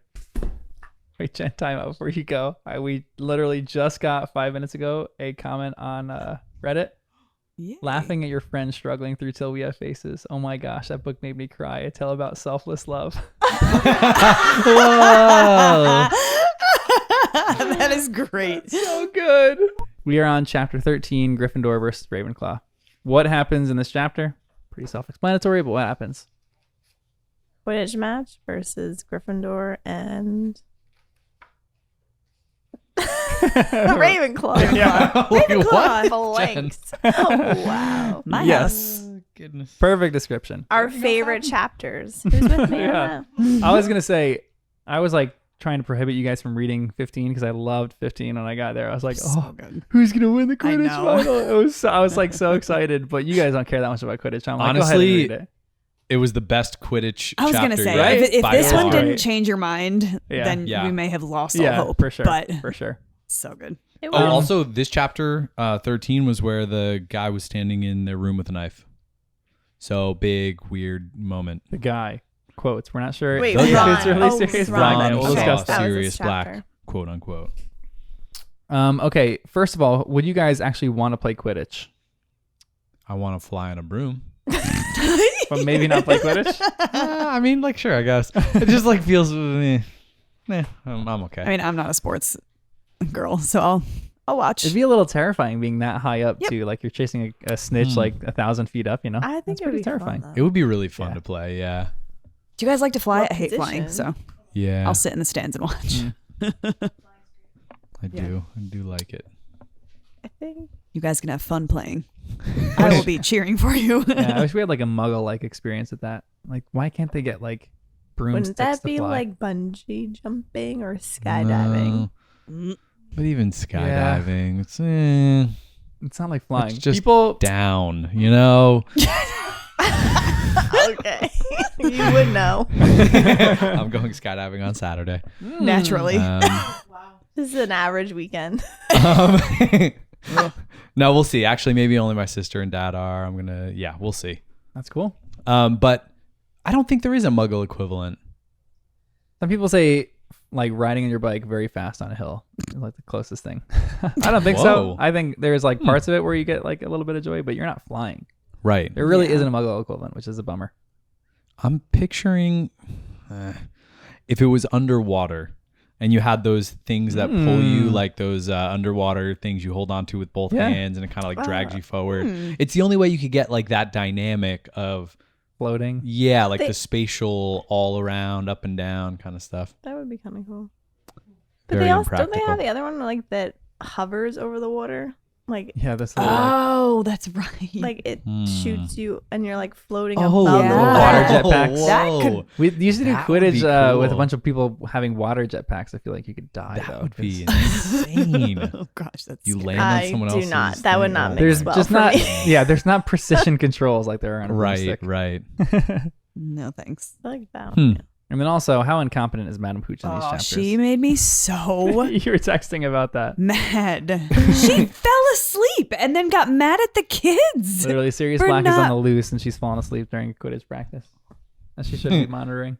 All I could think of was, again, Friends quote, "You fell asleep?" For all the Friends fans out there. Anyway, she really made me mad. Now we actually are into the actual Quidditch match too. There's a line here that's interesting. It goes, she smiled at Harry as the teams faced each other behind their captains. and he felt a slight jolt in the region of his stomach that he didn't think had anything to do with nerves. Well. Is this Harry's first crush?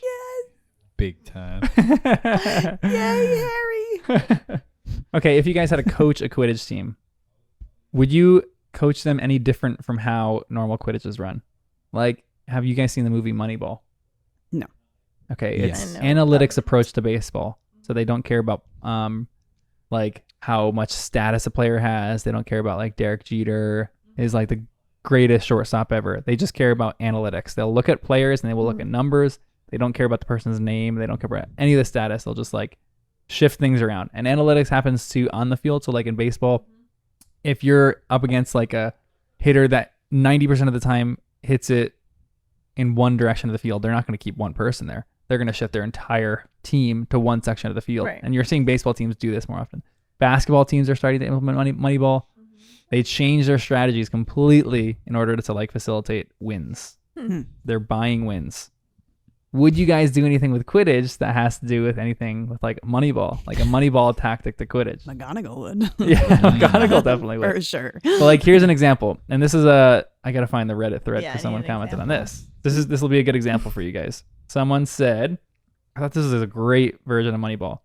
Again, our Alpha Wolfgang username.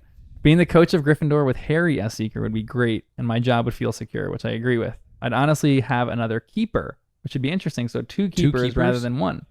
Because if you have a really great Seeker, all you need to do is find the snitch fast. And then he says all we'd have to do is keep the other team from scoring and maybe have Fred and George trail Harry from a distance to make sure no one messes with him during the game. So another keeper and a trailer for Harry maybe. This is the most efficient way, but it seems like it'd work for at least one game. I think it's a great strategy. There is a rule in Quidditch that only the Seeker who is nominated, like one person who is a Seeker, can touch the snitch. So if someone accidentally touches the snitch flying around, I think it's like a forfeit or you lose points or something like that. But would you change the game? How would you coach a Quidditch team? Couldn't you just have all keepers and one Harry? What the heck is Seeker. it? Seeker. Who would protect from the bludgers, though? Would they? Right, you got to have I somebody. think I'm confusing all the positions again. Like, I'm not that well versed in the positions of Quidditch. I'm just thinking you'd protect Harry and let him go and find it. But I don't know which positions that are. Like if you can find Like, it you within don't 3 need to score minutes. at all. Like, I don't think you need whoever's to score. Yeah, especially if it's 150 points. Just have almost Unless you're in the series where you're down, which is Right, where they right. were, and Yeah. they needed 50 points, and then they needed the 150. Yeah. like almost have 7 people looking for the snitch real quick, and then someone goes, "Harry, it's right here," and he just goes and he grabs it. Yeah, with the fireball. I mean, Yeah, I know. and the whole thing was that in this one where he's Malfoy's grabbing it. No, that's the other one. Yeah, Never mind. yeah. Too many Quidditch matches for me to read. Yeah, I can't think if I would do anything different. Do we like? I don't really. Jen? Say it. I don't really like it. I feel like it's just like you're waiting around until Harry, the Seeker, finds the snitch. What is the point of all the other positions? It doesn't make any sense. Yeah, it does seem like a lot of effort for one person. I wish the game was to 200, first to 200 wins. Ooh, that's great. So that no matter what, you catch the snitch right away. I like There's that. still, you Yeah. have to score 5 times. Yeah. Yeah. So the other team could, in theory, still beat you. Or maybe even they could catch the snitch because it gets released again. Ooh, And then it would truly just be a battle, like get to 200. And then if the snitch was really hard to get or a team was down a Seeker, they could just improve their bludger game a little bit and just win the old-fashioned way, 10-point goals. I like like that. There's that. some finality to it. I like Yeah. that. Yeah. But I can't think of a way that I would actually coach a team. Nothing dramatic. Keep it all the same, probably. They seem to be doing good. But they also don't have coaches. The Yeah, team, the captain is the coach. yeah, pretty much. Wood is coming up with the game plan. Yeah. And only one ref in a game? So odd. Yeah, I feel like that is a hard game to ref. There must be constant cheating when the ref's Well, we looking the know other way. Slytherin cheats. Yeah. Oh, yeah. That we saw that. Or we will see that. Ugh. And then back onto this, because this is kind of the bulk, maybe not the bulk of this chapter, but in this friendship battle between Ron and Hermione, whose side are you taking? Ron's. Oh. Ron's. Big time. Really? All I need from Hermione is an apology. Yeah. She doesn't have to kill Crookshanks in anger or banish him to the woods, but I do feel like as a pet owner, you are responsible for the actions of your pet. So if your pet kills another pet, sure, it's old, sure, it's lived a full life, sure, it was out of your control to some degree, but it is definitely worth an apology. That seems pretty basic. Agreed. Yeah, that bothered me that she And didn't if she apologize. apologized, I would be on her side for Ron not getting over it, but she didn't even say she was sorry. I was like, nope, I'm on Ron's side. Team Ron. Until she apologizes and writes Ron a letter. Prince Ron.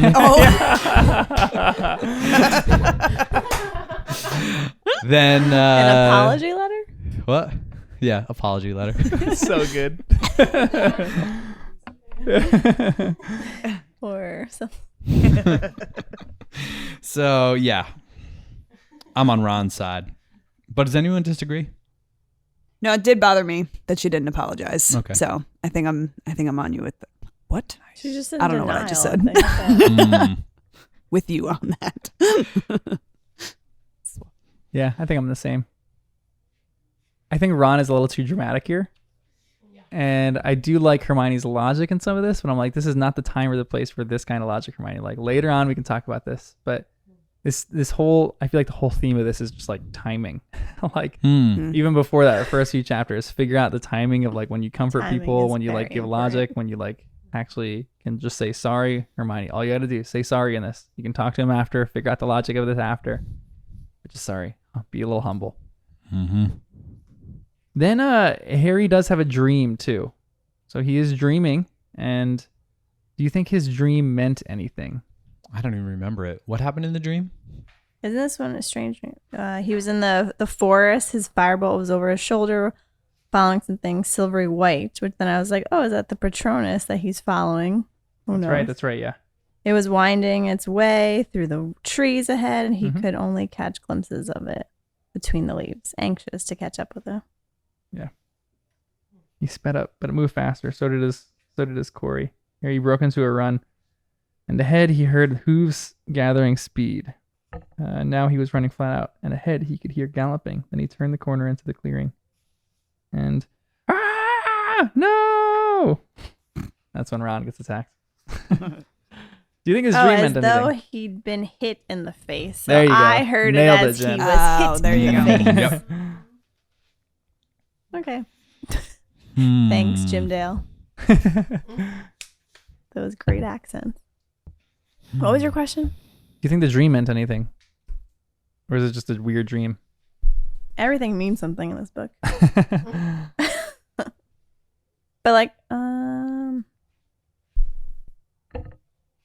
mean, we can do dream interpretation another time too. Here's just a different question. How is Sirius Black getting in the castle so fast?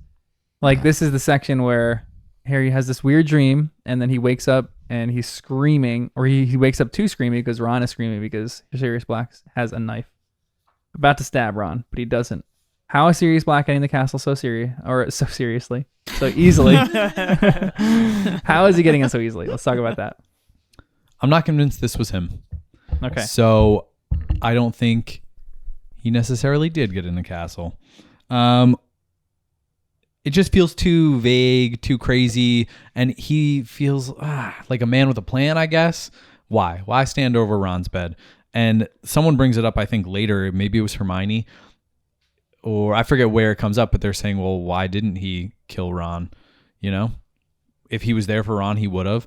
And he could easily take on all of the people in that room. He clearly doesn't care about collateral damage either. So if he was after Harry, I feel like he could have just taken them all out. And he's a good enough wizard. There must be all sorts of spells he could do to be silent, to be invisible, to whatever. So this just doesn't feel like quality wizardry. So I don't think this was Sirius Black. But I do think Sirius Black could get in and out of this castle whenever he wants. How? All the secret passages, his advanced wizardry, and he was How do you able think to he escape. would know what the secret passages are?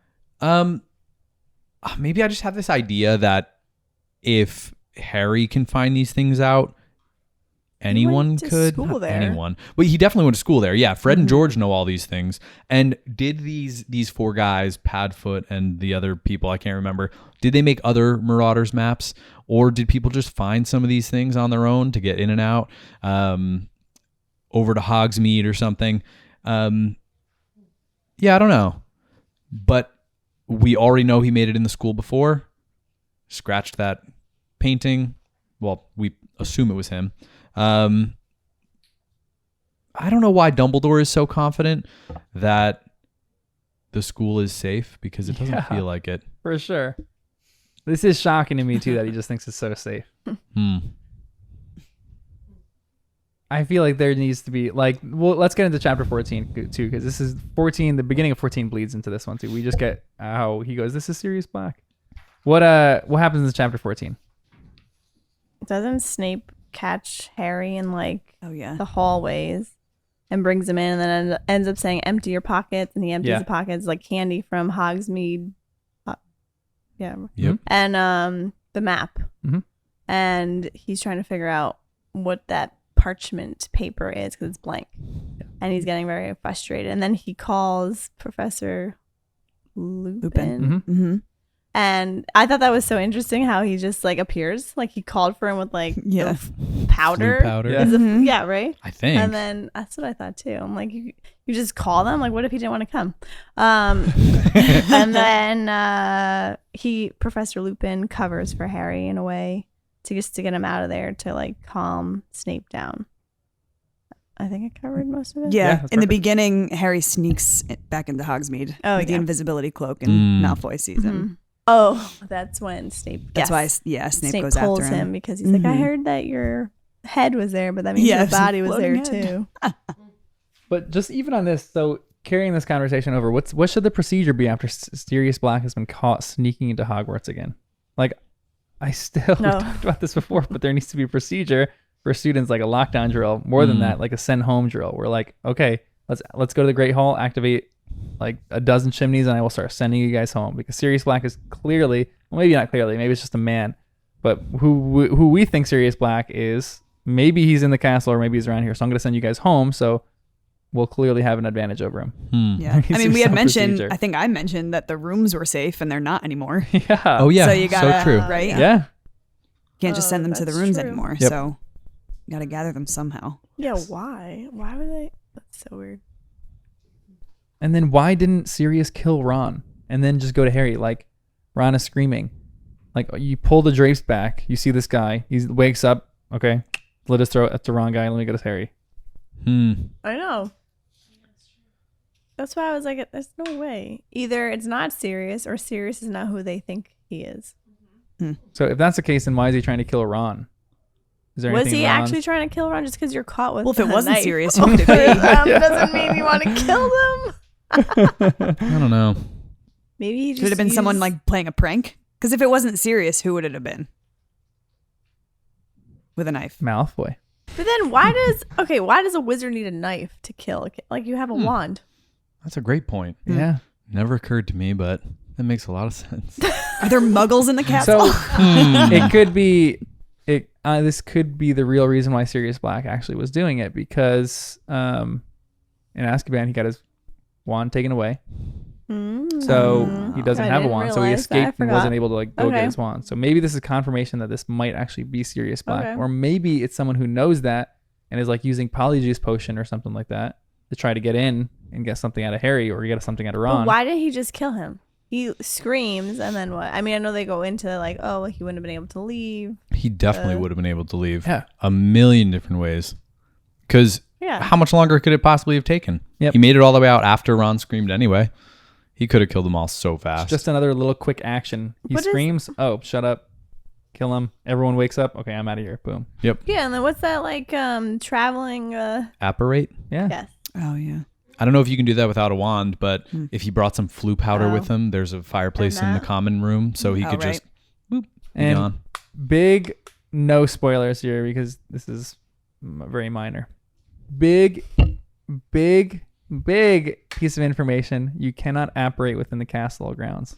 Oh yeah, you're right. They even said that earlier. Yeah. Hermione might have There's said also it. wands laying around. He could have taken a student's wand. No. Yeah, You- true. you That's can true. I mean, use they're all like in anyone's. bed. But the just take wand Ron's chooses wand. the wizard. Yeah. So But you could still use it though, right? It's a great question. It's a great You comment. could actually like pick, because that's what's his name. You can use it. It did. wouldn't well, be it as powerful. backfired Lockhart. pretty good when But Lockhart that's because tried it was it. broken. Or was it? Yeah. I don't think we've seen anyone use another person's I was going wand. to say we'd need another example because that's a bad one. Yeah, that is not a good one. But Yeah. we know that wands can be picked up kind of cheap, it seems. But if you go to the fancy places,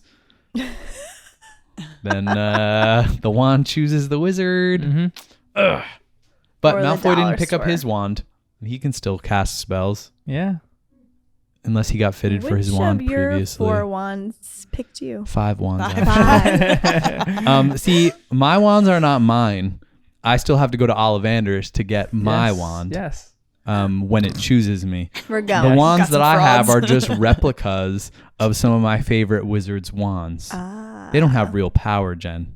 They're appreciations. They're Mhm. relics. They're artifacts. Indeed. Where are they hanging, or what shelf are they on? They're all stacked on my desk, with one of them stacked Please backwards do my because work I don't for want to me. read the name anymore.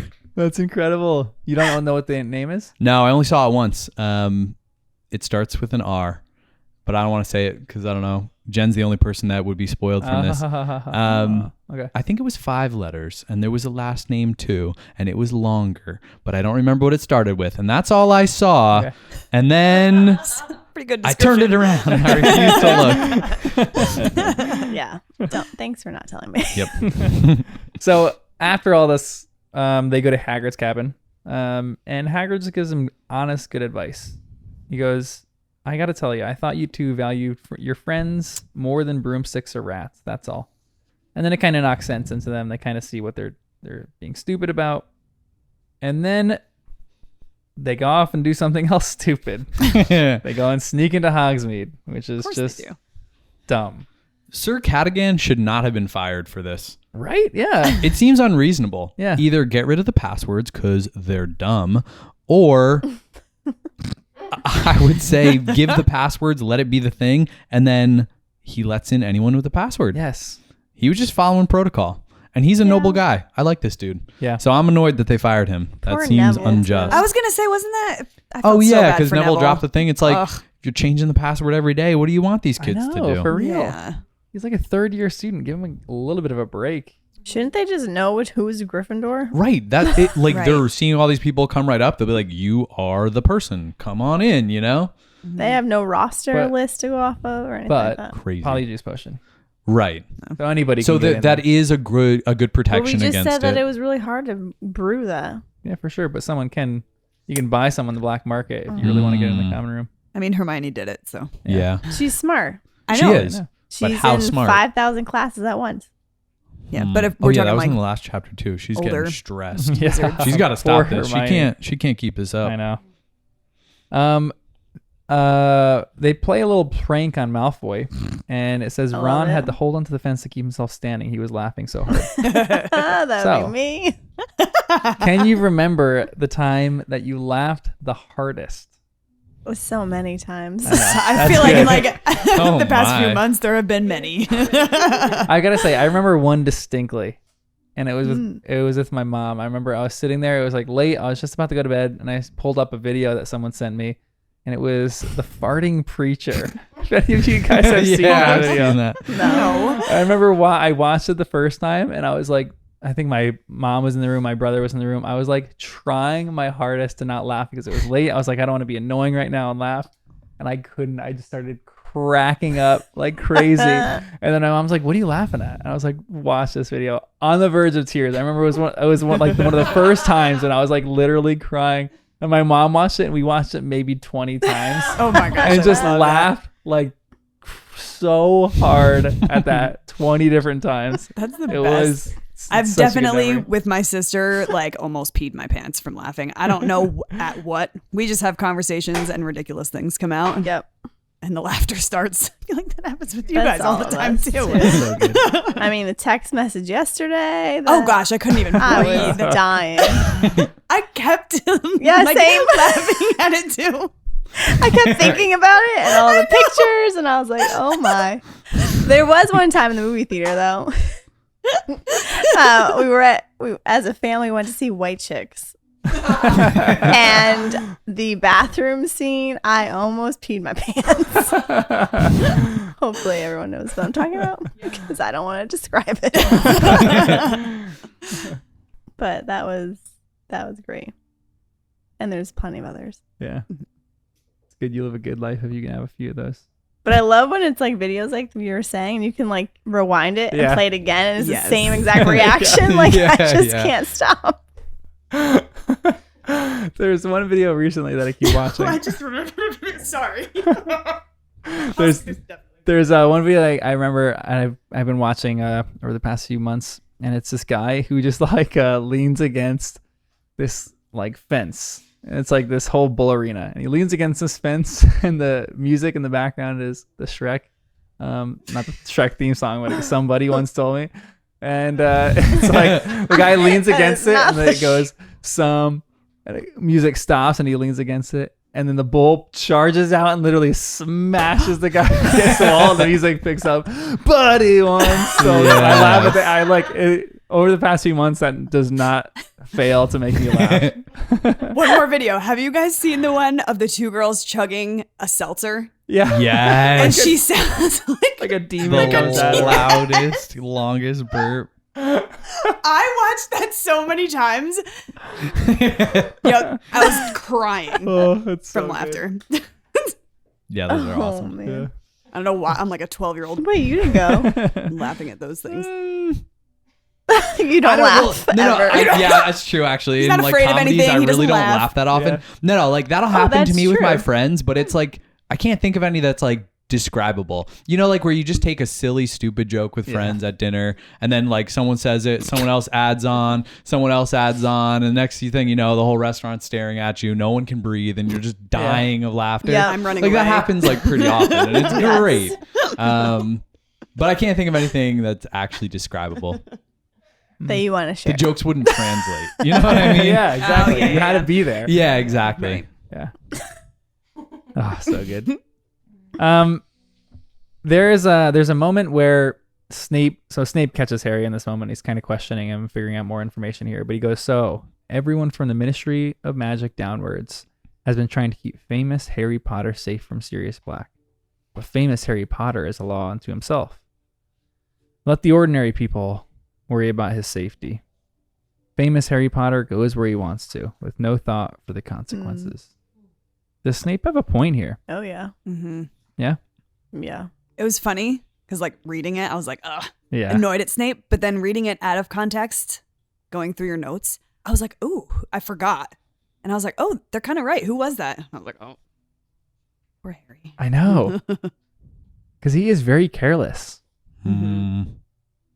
And if you think of your parents dying for your life, and you're like, I'm just gonna go out and risk it all. That's what Lupin says later. It's one of the best lines, I think, in the chapter. Your That's parents where gave their that- lives to keep you alive, Harry. A poor way to repay them by gambling their sacrifice for a bag of magic tricks. I do feel like this is the chapter where Harry feels the most significant weight of the consequences of his actions. Yeah. Where he has felt that before in the past, but now he realizes he's like an 8th grade kid, and he's like being stupid Yeah. and gambling other people's sacrifices, his parents mainly, and everyone else who's trying to protect him right now. And I think it hits him. I think he's like kind of understands, But at least because- to an extent, the weight of that. Because Lupin delivered that though. Because Yeah. Snape, Yep. I feel like it wouldn't have Mm-hmm. translated. Or if it was Malfoy, I don't know any of these. Because he didn't terrible really characters. pay attention to Snape. Like he did to an extent. He listened to him about what his dad, like some of his dad's issues. He kind the of sunk in with prank him a little thing? bit, but it was different with Lupin. Lupin was like, you're gambling with your parents' sacrifice. And that's when it really hit Harry. Yeah. Hmm. But Harry and Snape go at it again. And he goes, I told you to shut up about my dad, Harry yelled. I know the truth, all right? He saved your life. Dumbledore told me. You wouldn't even be here if it weren't for my dad. Snape's sallow skin had gone the color of sour milk. Ugh. And did the headmaster tell you the circumstances in which your father saved my life? He whispered. Or did he consider the details too unpleasant for precious Potter's delicate ears? Oh, man. So what do you think of Snape and James Potter? Well, Snape just stooped to a kid's level saying that way. What do you mean? Like he said, what you just said. Famous Harry Potter? Well, or did it consider the details too unpleasant for a precious Potter's delicate ears? Like what? That's... He is definitely stooping down to his level here. Yeah. Mm-hmm. But then I understand. Yeah, for real. Yeah, when you've been taunted by kids enough, the words just come out sometimes. Yeah. But like he was heated before Harry and him even talked, though, right? Like, wasn't he was heated that like? So I guess in a small way, I'm like he was maybe fearful of Harry being out there. Like, what were you doing out there? And then it escalated into this kind of Snape argument. was? Possibly, that's what I was thinking. Because he was already heated. He was already worried, almost like... And maybe worried already, because Malfoy was like, oh, I saw Harry's head or at wherever that place was. Yeah. The Shrieking Shack. Yeah. Right? Yeah. Maybe. That's an interesting theory. Hmm. He's like protecting Harry, but he doesn't really know how to do it. And it's like... He's kind of been doing this, right, since book 1. Yeah. Where we like don't like him, but he's still doing good Right. things for Harry. We don't know anything. We don't know anything about Snape right now. He could be good. He could be bad. He is confusing. All right, this is my perspective, John. No, I'm just saying this generally. I'm reading it. Yikes. All right. I will end the podcast here. Said Good you night, wanted to everyone. be confident in my answers. That is it. I'm annoyed that Harry didn't hide all of the stuff with the Yeah. invisibility cloak. Stupid. I kind of thought he was going Yeah. to, because he knew enough to hide the invisibility cloak. Why keep all the other evidence on you? Yeah. I was kind of happy though turn your pockets out. because the map was really funny. The map was I know. really funny. That was very funny. I like that. Yeah, He that just was a good lucked bit- out on that one. A good bit Right. of comedic relief. Right. He was stupid to bring that with him though. Like it was Of good comedy, course. but Yep. Yeah. like, you leave the invisibility cloak, throw everything else in there. Yep. Come back for it You're all good. later. Classic Harry. Yep. Yeah, seriously, yeah. I mean, this is kind of his character for sure. He is a little bit careless, and it goes into the whole idea of the chapter too. He's careless about going in willy-nilly, and he's also careless about precious objects that he has. Like not the invisibility cloak, but the Marauders map, which is such an interesting, intriguing piece of magic. He's just careless with that. But he's never really had anything to own Yeah, for himself sure. with the Dursleys. So like maybe that's And he's learned from Dudley, who is Yeah, the most that's careless true. with this Yeah. stuff. oh yeah, that's true. But you'd think someone like Harry who hasn't had stuff would keep stuff more precious. He's like a hoarder brewing. He'd like when he gets something, he finds it so precious to him that he would like keep this everywhere with him. Yeah. And like, Everyone's Love a it. hoarder. but I guess it's different. He's still growing and learning. Mm-hmm. But who do you think made the Marauders map? I feel like it's got to be those 4 guys. I was gonna say, isn't it? Lupin. And also we know that the map was made since Snape was a professor, Right. so it's kind of modern, because they built in very Snape specific mean things. But then he said it would just be whoever was trying to Oh, get like an insult information. thing. It would insult Oh, you're whoever that right. person was. So Could it was just- insult so specifically? I was gonna say it felt personal. It did. Yeah, It definitely did. When I but- read this, I was like, these kids were his students and they really don't like him. Yeah. And they knew at some point he would discover this. But maybe if that kind of charm is possible and easy, Mm. maybe it does just insult whoever. Would you rather have an invisibility cloak or a Marauders map? I think we talked about this last podcast a little bit, but between those Invisibility two. cloak. Same. If the map was bigger Yeah. and Yeah. covered more than just the school, Good point. now we're talking. Yeah. The whole wizarding world. That'd be incredible. Actually, yeah. I feel like you've been giving us all these details of locations. You would be a map guy. I Not a do cloak love guy. maps. Yeah. Huge fan Whip of one up. maps. Yeah. Yeah. But Yep. Invisibility cloak. Too powerful to pass up. Yep. All right, on to chapter 15, unless you guys had anything else about 14. All right, chapter 15. Oh, well, also the map makers. Anyone else have more on them? Because, no, I don't have anything else, but it's just Lupin got a little weird about it. Right? Okay. And he was like, I trust Lupin, but Lupin is making it sound like these map makers might be bad. And was that this chapter? I didn't actually get Oh to it. yeah, because Snape said, did he encounter or did he get it from the map makers? Yeah. Or did he get it from someone else? Oh, And yeah. he was kind of directly like, from the Directly, manufacturers. yeah. And so, Wes, stop looking at my toes. I know they're tasty, but. And now I started a game. I know. Sorry, Wes. He's going around. So I'm wondering, are they big wizards? And are they bad? Like, these are like wizards people know. Like, Lupin's like Mr. Wormtail. So I don't know. It just feels odd that I want to know more about these wizards. Like, those names were not just random names. Those names Right. are like names that meant something to Lupin. So when they left Hogwarts, what did they go on to do? And straight from the manufacturer, like, are they making these Yeah. in mass, Mass for producing people? them, Like, yeah. it's just odd. And I definitely think with that in mind, it's just another example of Harry being silly.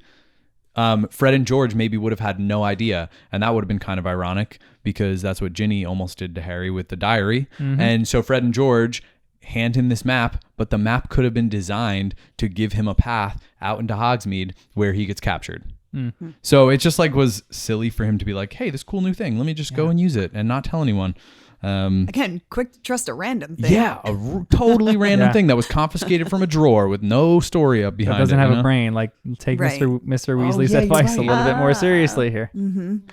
Yeah, it just felt like Harry and Ron were a bit selfish at the end of this chapter when Hermione comes back and says Buckbeak is going to be executed. I was like, Harry and Ron are just off getting sweets and playing pranks, and they're like not considering Hagrid, who has always been considerate of them and helping them this whole time. And I just was like, man, they really are just in their own little world. I'll forgive them that, of course. We love them, but they do have to grow up a little bit. Yeah, for sure. This is definitely a typical 8th grade boy syndrome. You think Yep. the world revolves around you. It's a bit frustrating. I think this too is a chapter where they realize that they're not being good friends. They're not being good friends to Hermione. They're not being good friends to Hagrid, even each other. So I think this is a really important chapter. And even this is like a side note question on this too. But how do you think the Sirius James murder thing? What do you think that was?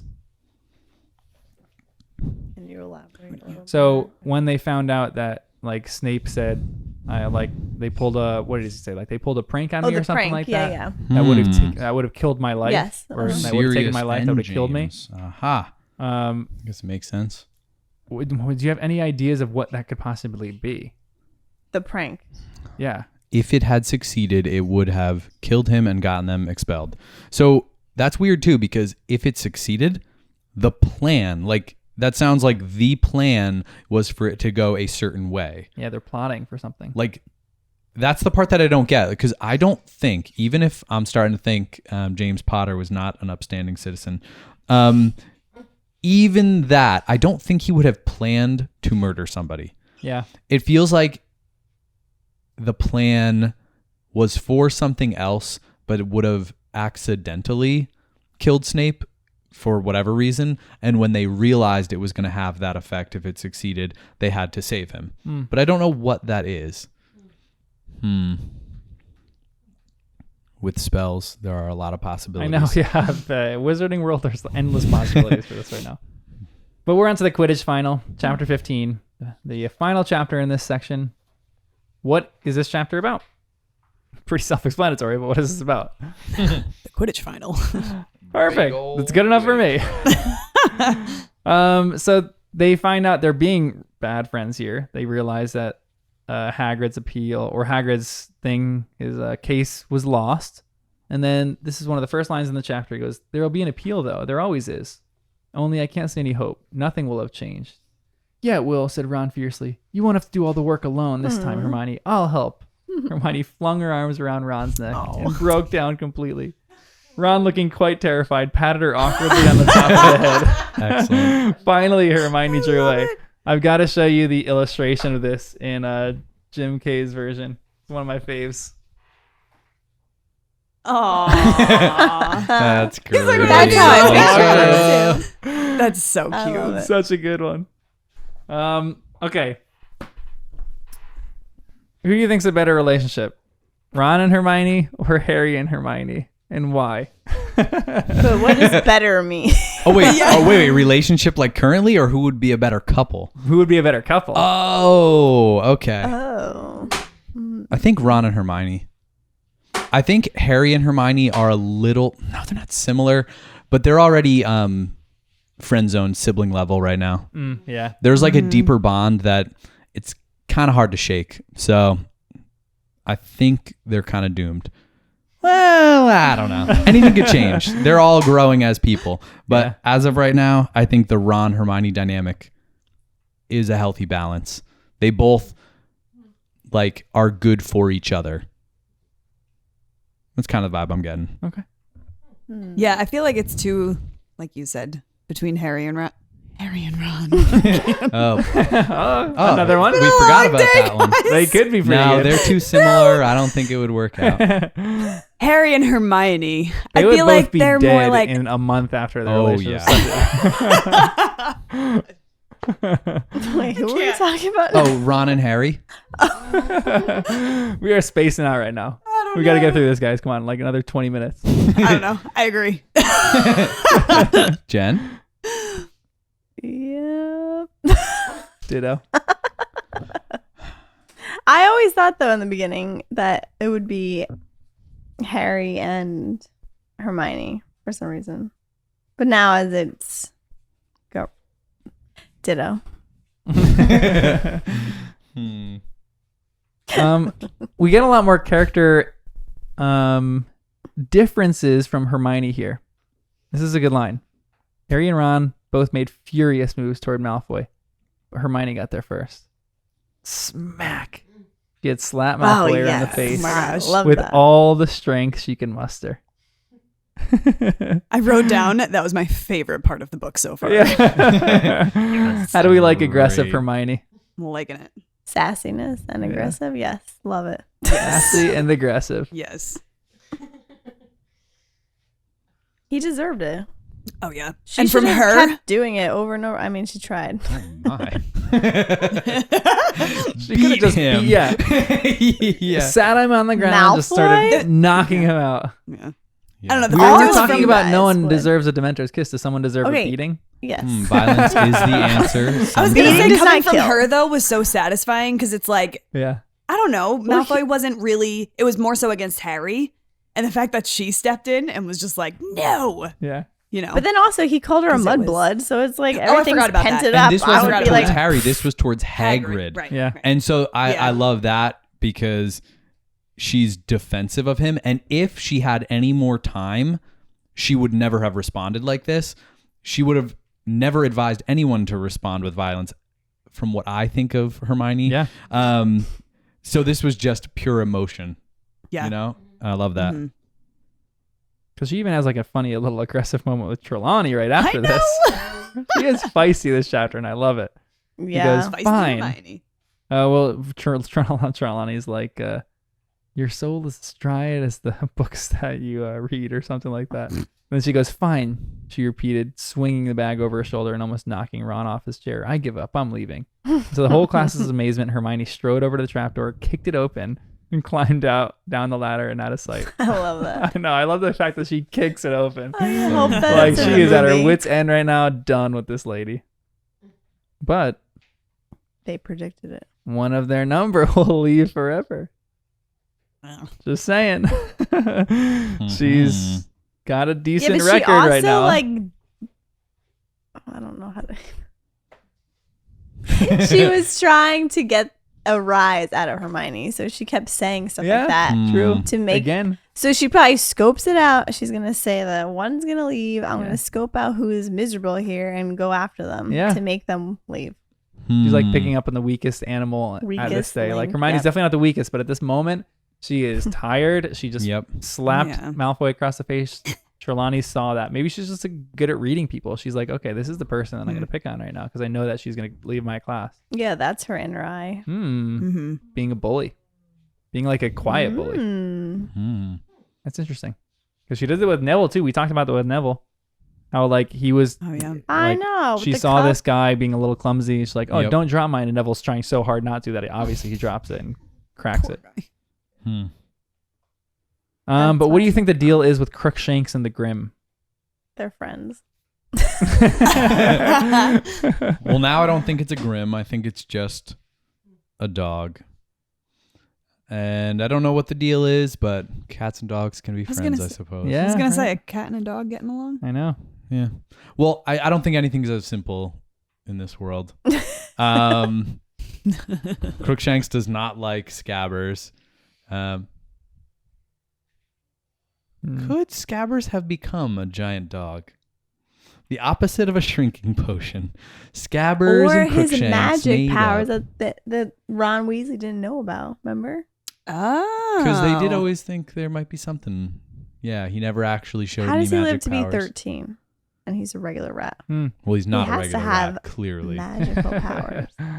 But an animal I like can't that. transfigure into another animal. Maybe transfiguration, you can do something like that. He was never a rat. He was just a All right, very don't tiny backtrack dog. now that you said it. Very tiny dog. And then he grew into a big dog. No, I don't know. That's He stretching was it. getting skinny and losing hair. You come up with great something's theories, going Jenny. on with Scabbers. That one, for not so much. sure.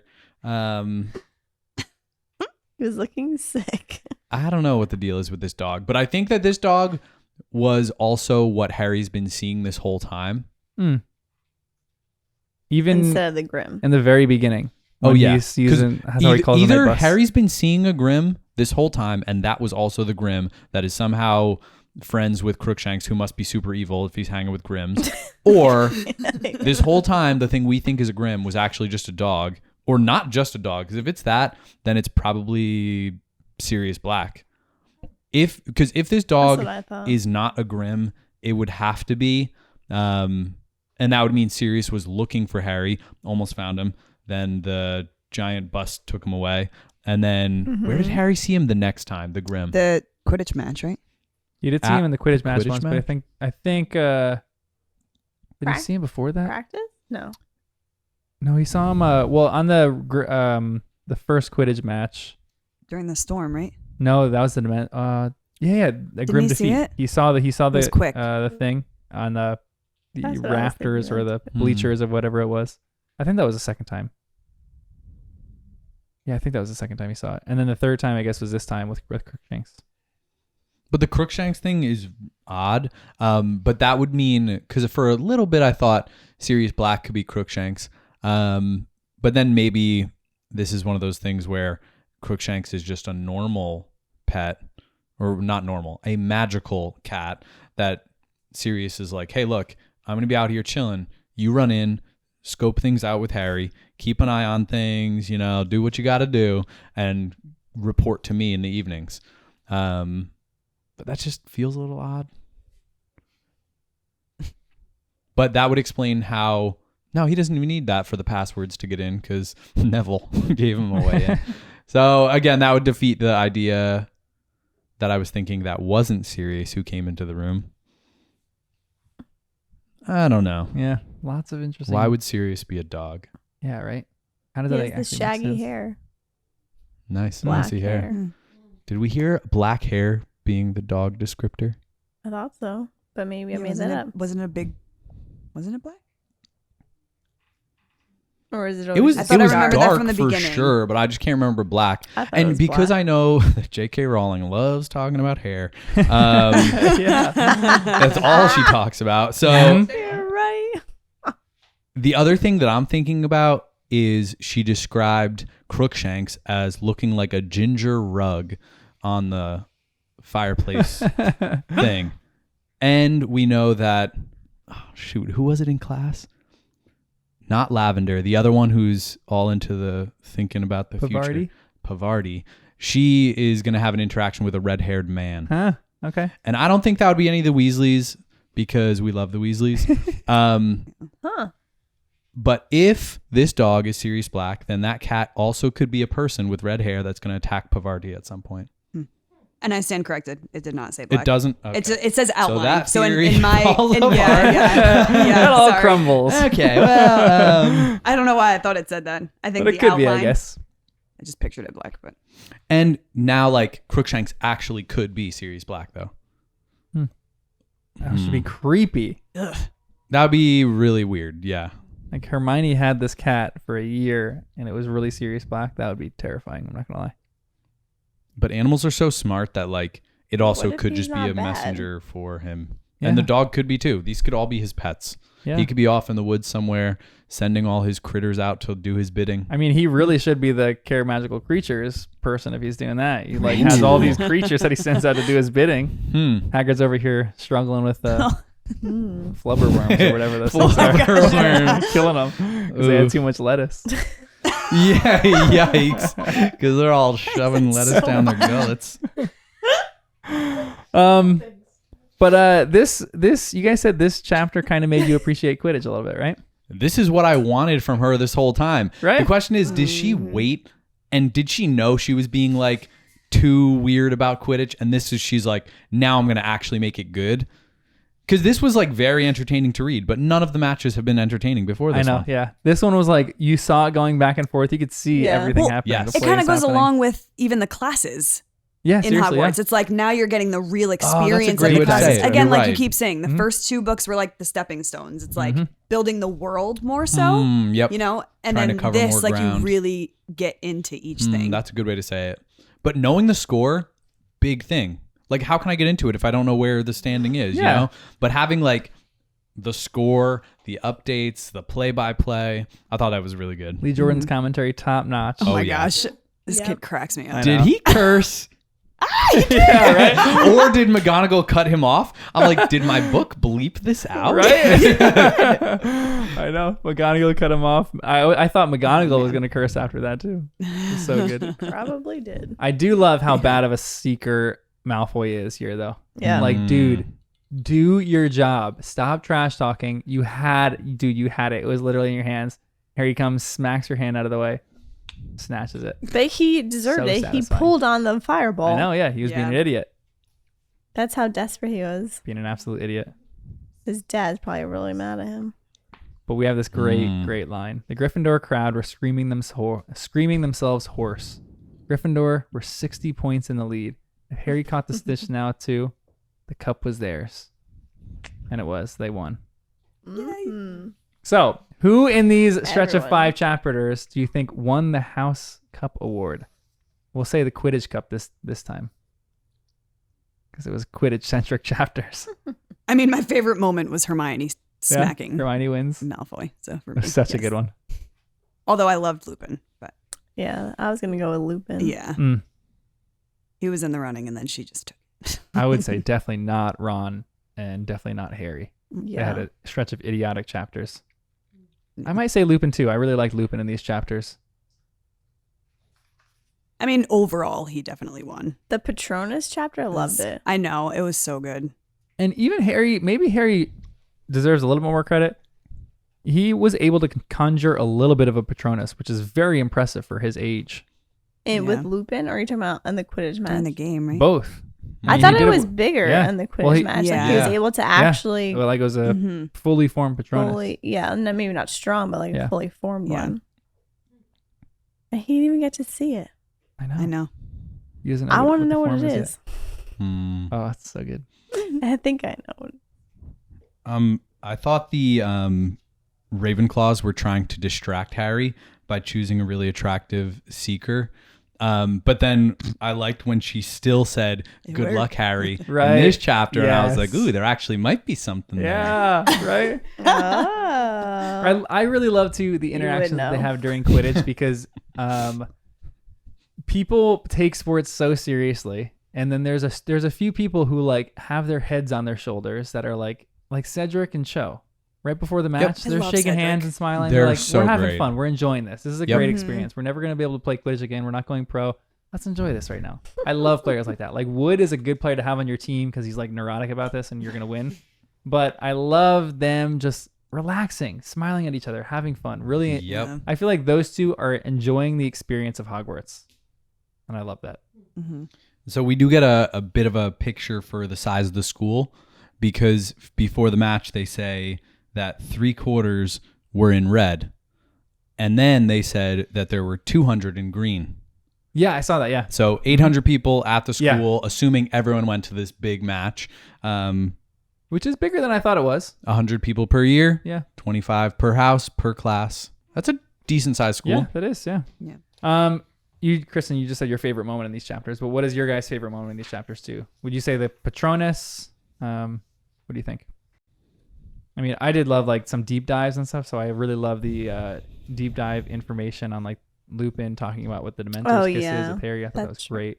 Mm. I did love just because like of my sports history when Harry caught the snitch out of the outstretched hands of Malfoy. I'm like, there it is. Did you throw your book? I was like ripping out. I was like, let's go. You guys have never had that experience of like reread watching. these Quidditch matches though? Because My you heart already know is still beating so fast. I'm like, is he gonna get it this time?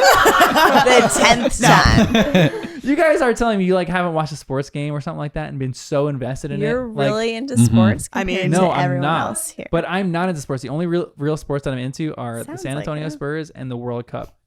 The World Cup 8 years ago because the U.S. didn't make it 4 years ago, you which is get devastating. But excited they're in it about this every year. sport. It was the World Cup. Wow, that was the most I've ever been in any sport. I remember it was like I could barely sleep because the game was on the next morning and then the next night. And when we made the round of 16, the knockout phase, it was like one of the best feelings I've had. I'd conjure over Patronus at that thing. I mean, I joke around that I'm not a sports girl. Yeah, Rangers. They've all, I know. I was going to say these three have seen. We've gone out to dinner and I'm like glued. Yeah. I literally, this past year, they were in the playoffs and I was at home by myself screaming my head off. So yeah, I get invested. Just with them though. How are you guys liking the book so far? Good chapters. Yeah, these were great. Yeah. Oh yeah, real good. I can't think of like my favorite moment. I feel like there were a lot of really good moments, but the end, winning the Quidditch match, I was pretty into that. Yeah. And the Hermione slap, high quality. Yeah. So I don't know, but even that conversation that Harry was having with Snape, I was at like the edge of my seat for that. So it just feels like there were some moments like that, or his conversation with Lupin, that they were like big moments. So I was really into it in a different way. Like they weren't like as adrenaline pumping as some of the other ones, but Yeah. oh man, to pick a favorite, I'll say the Quidditch match. Oh, I'm shocked. This is exciting. Anyway, thanks for joining us on our journey of Harry Potter and the First Time Readers.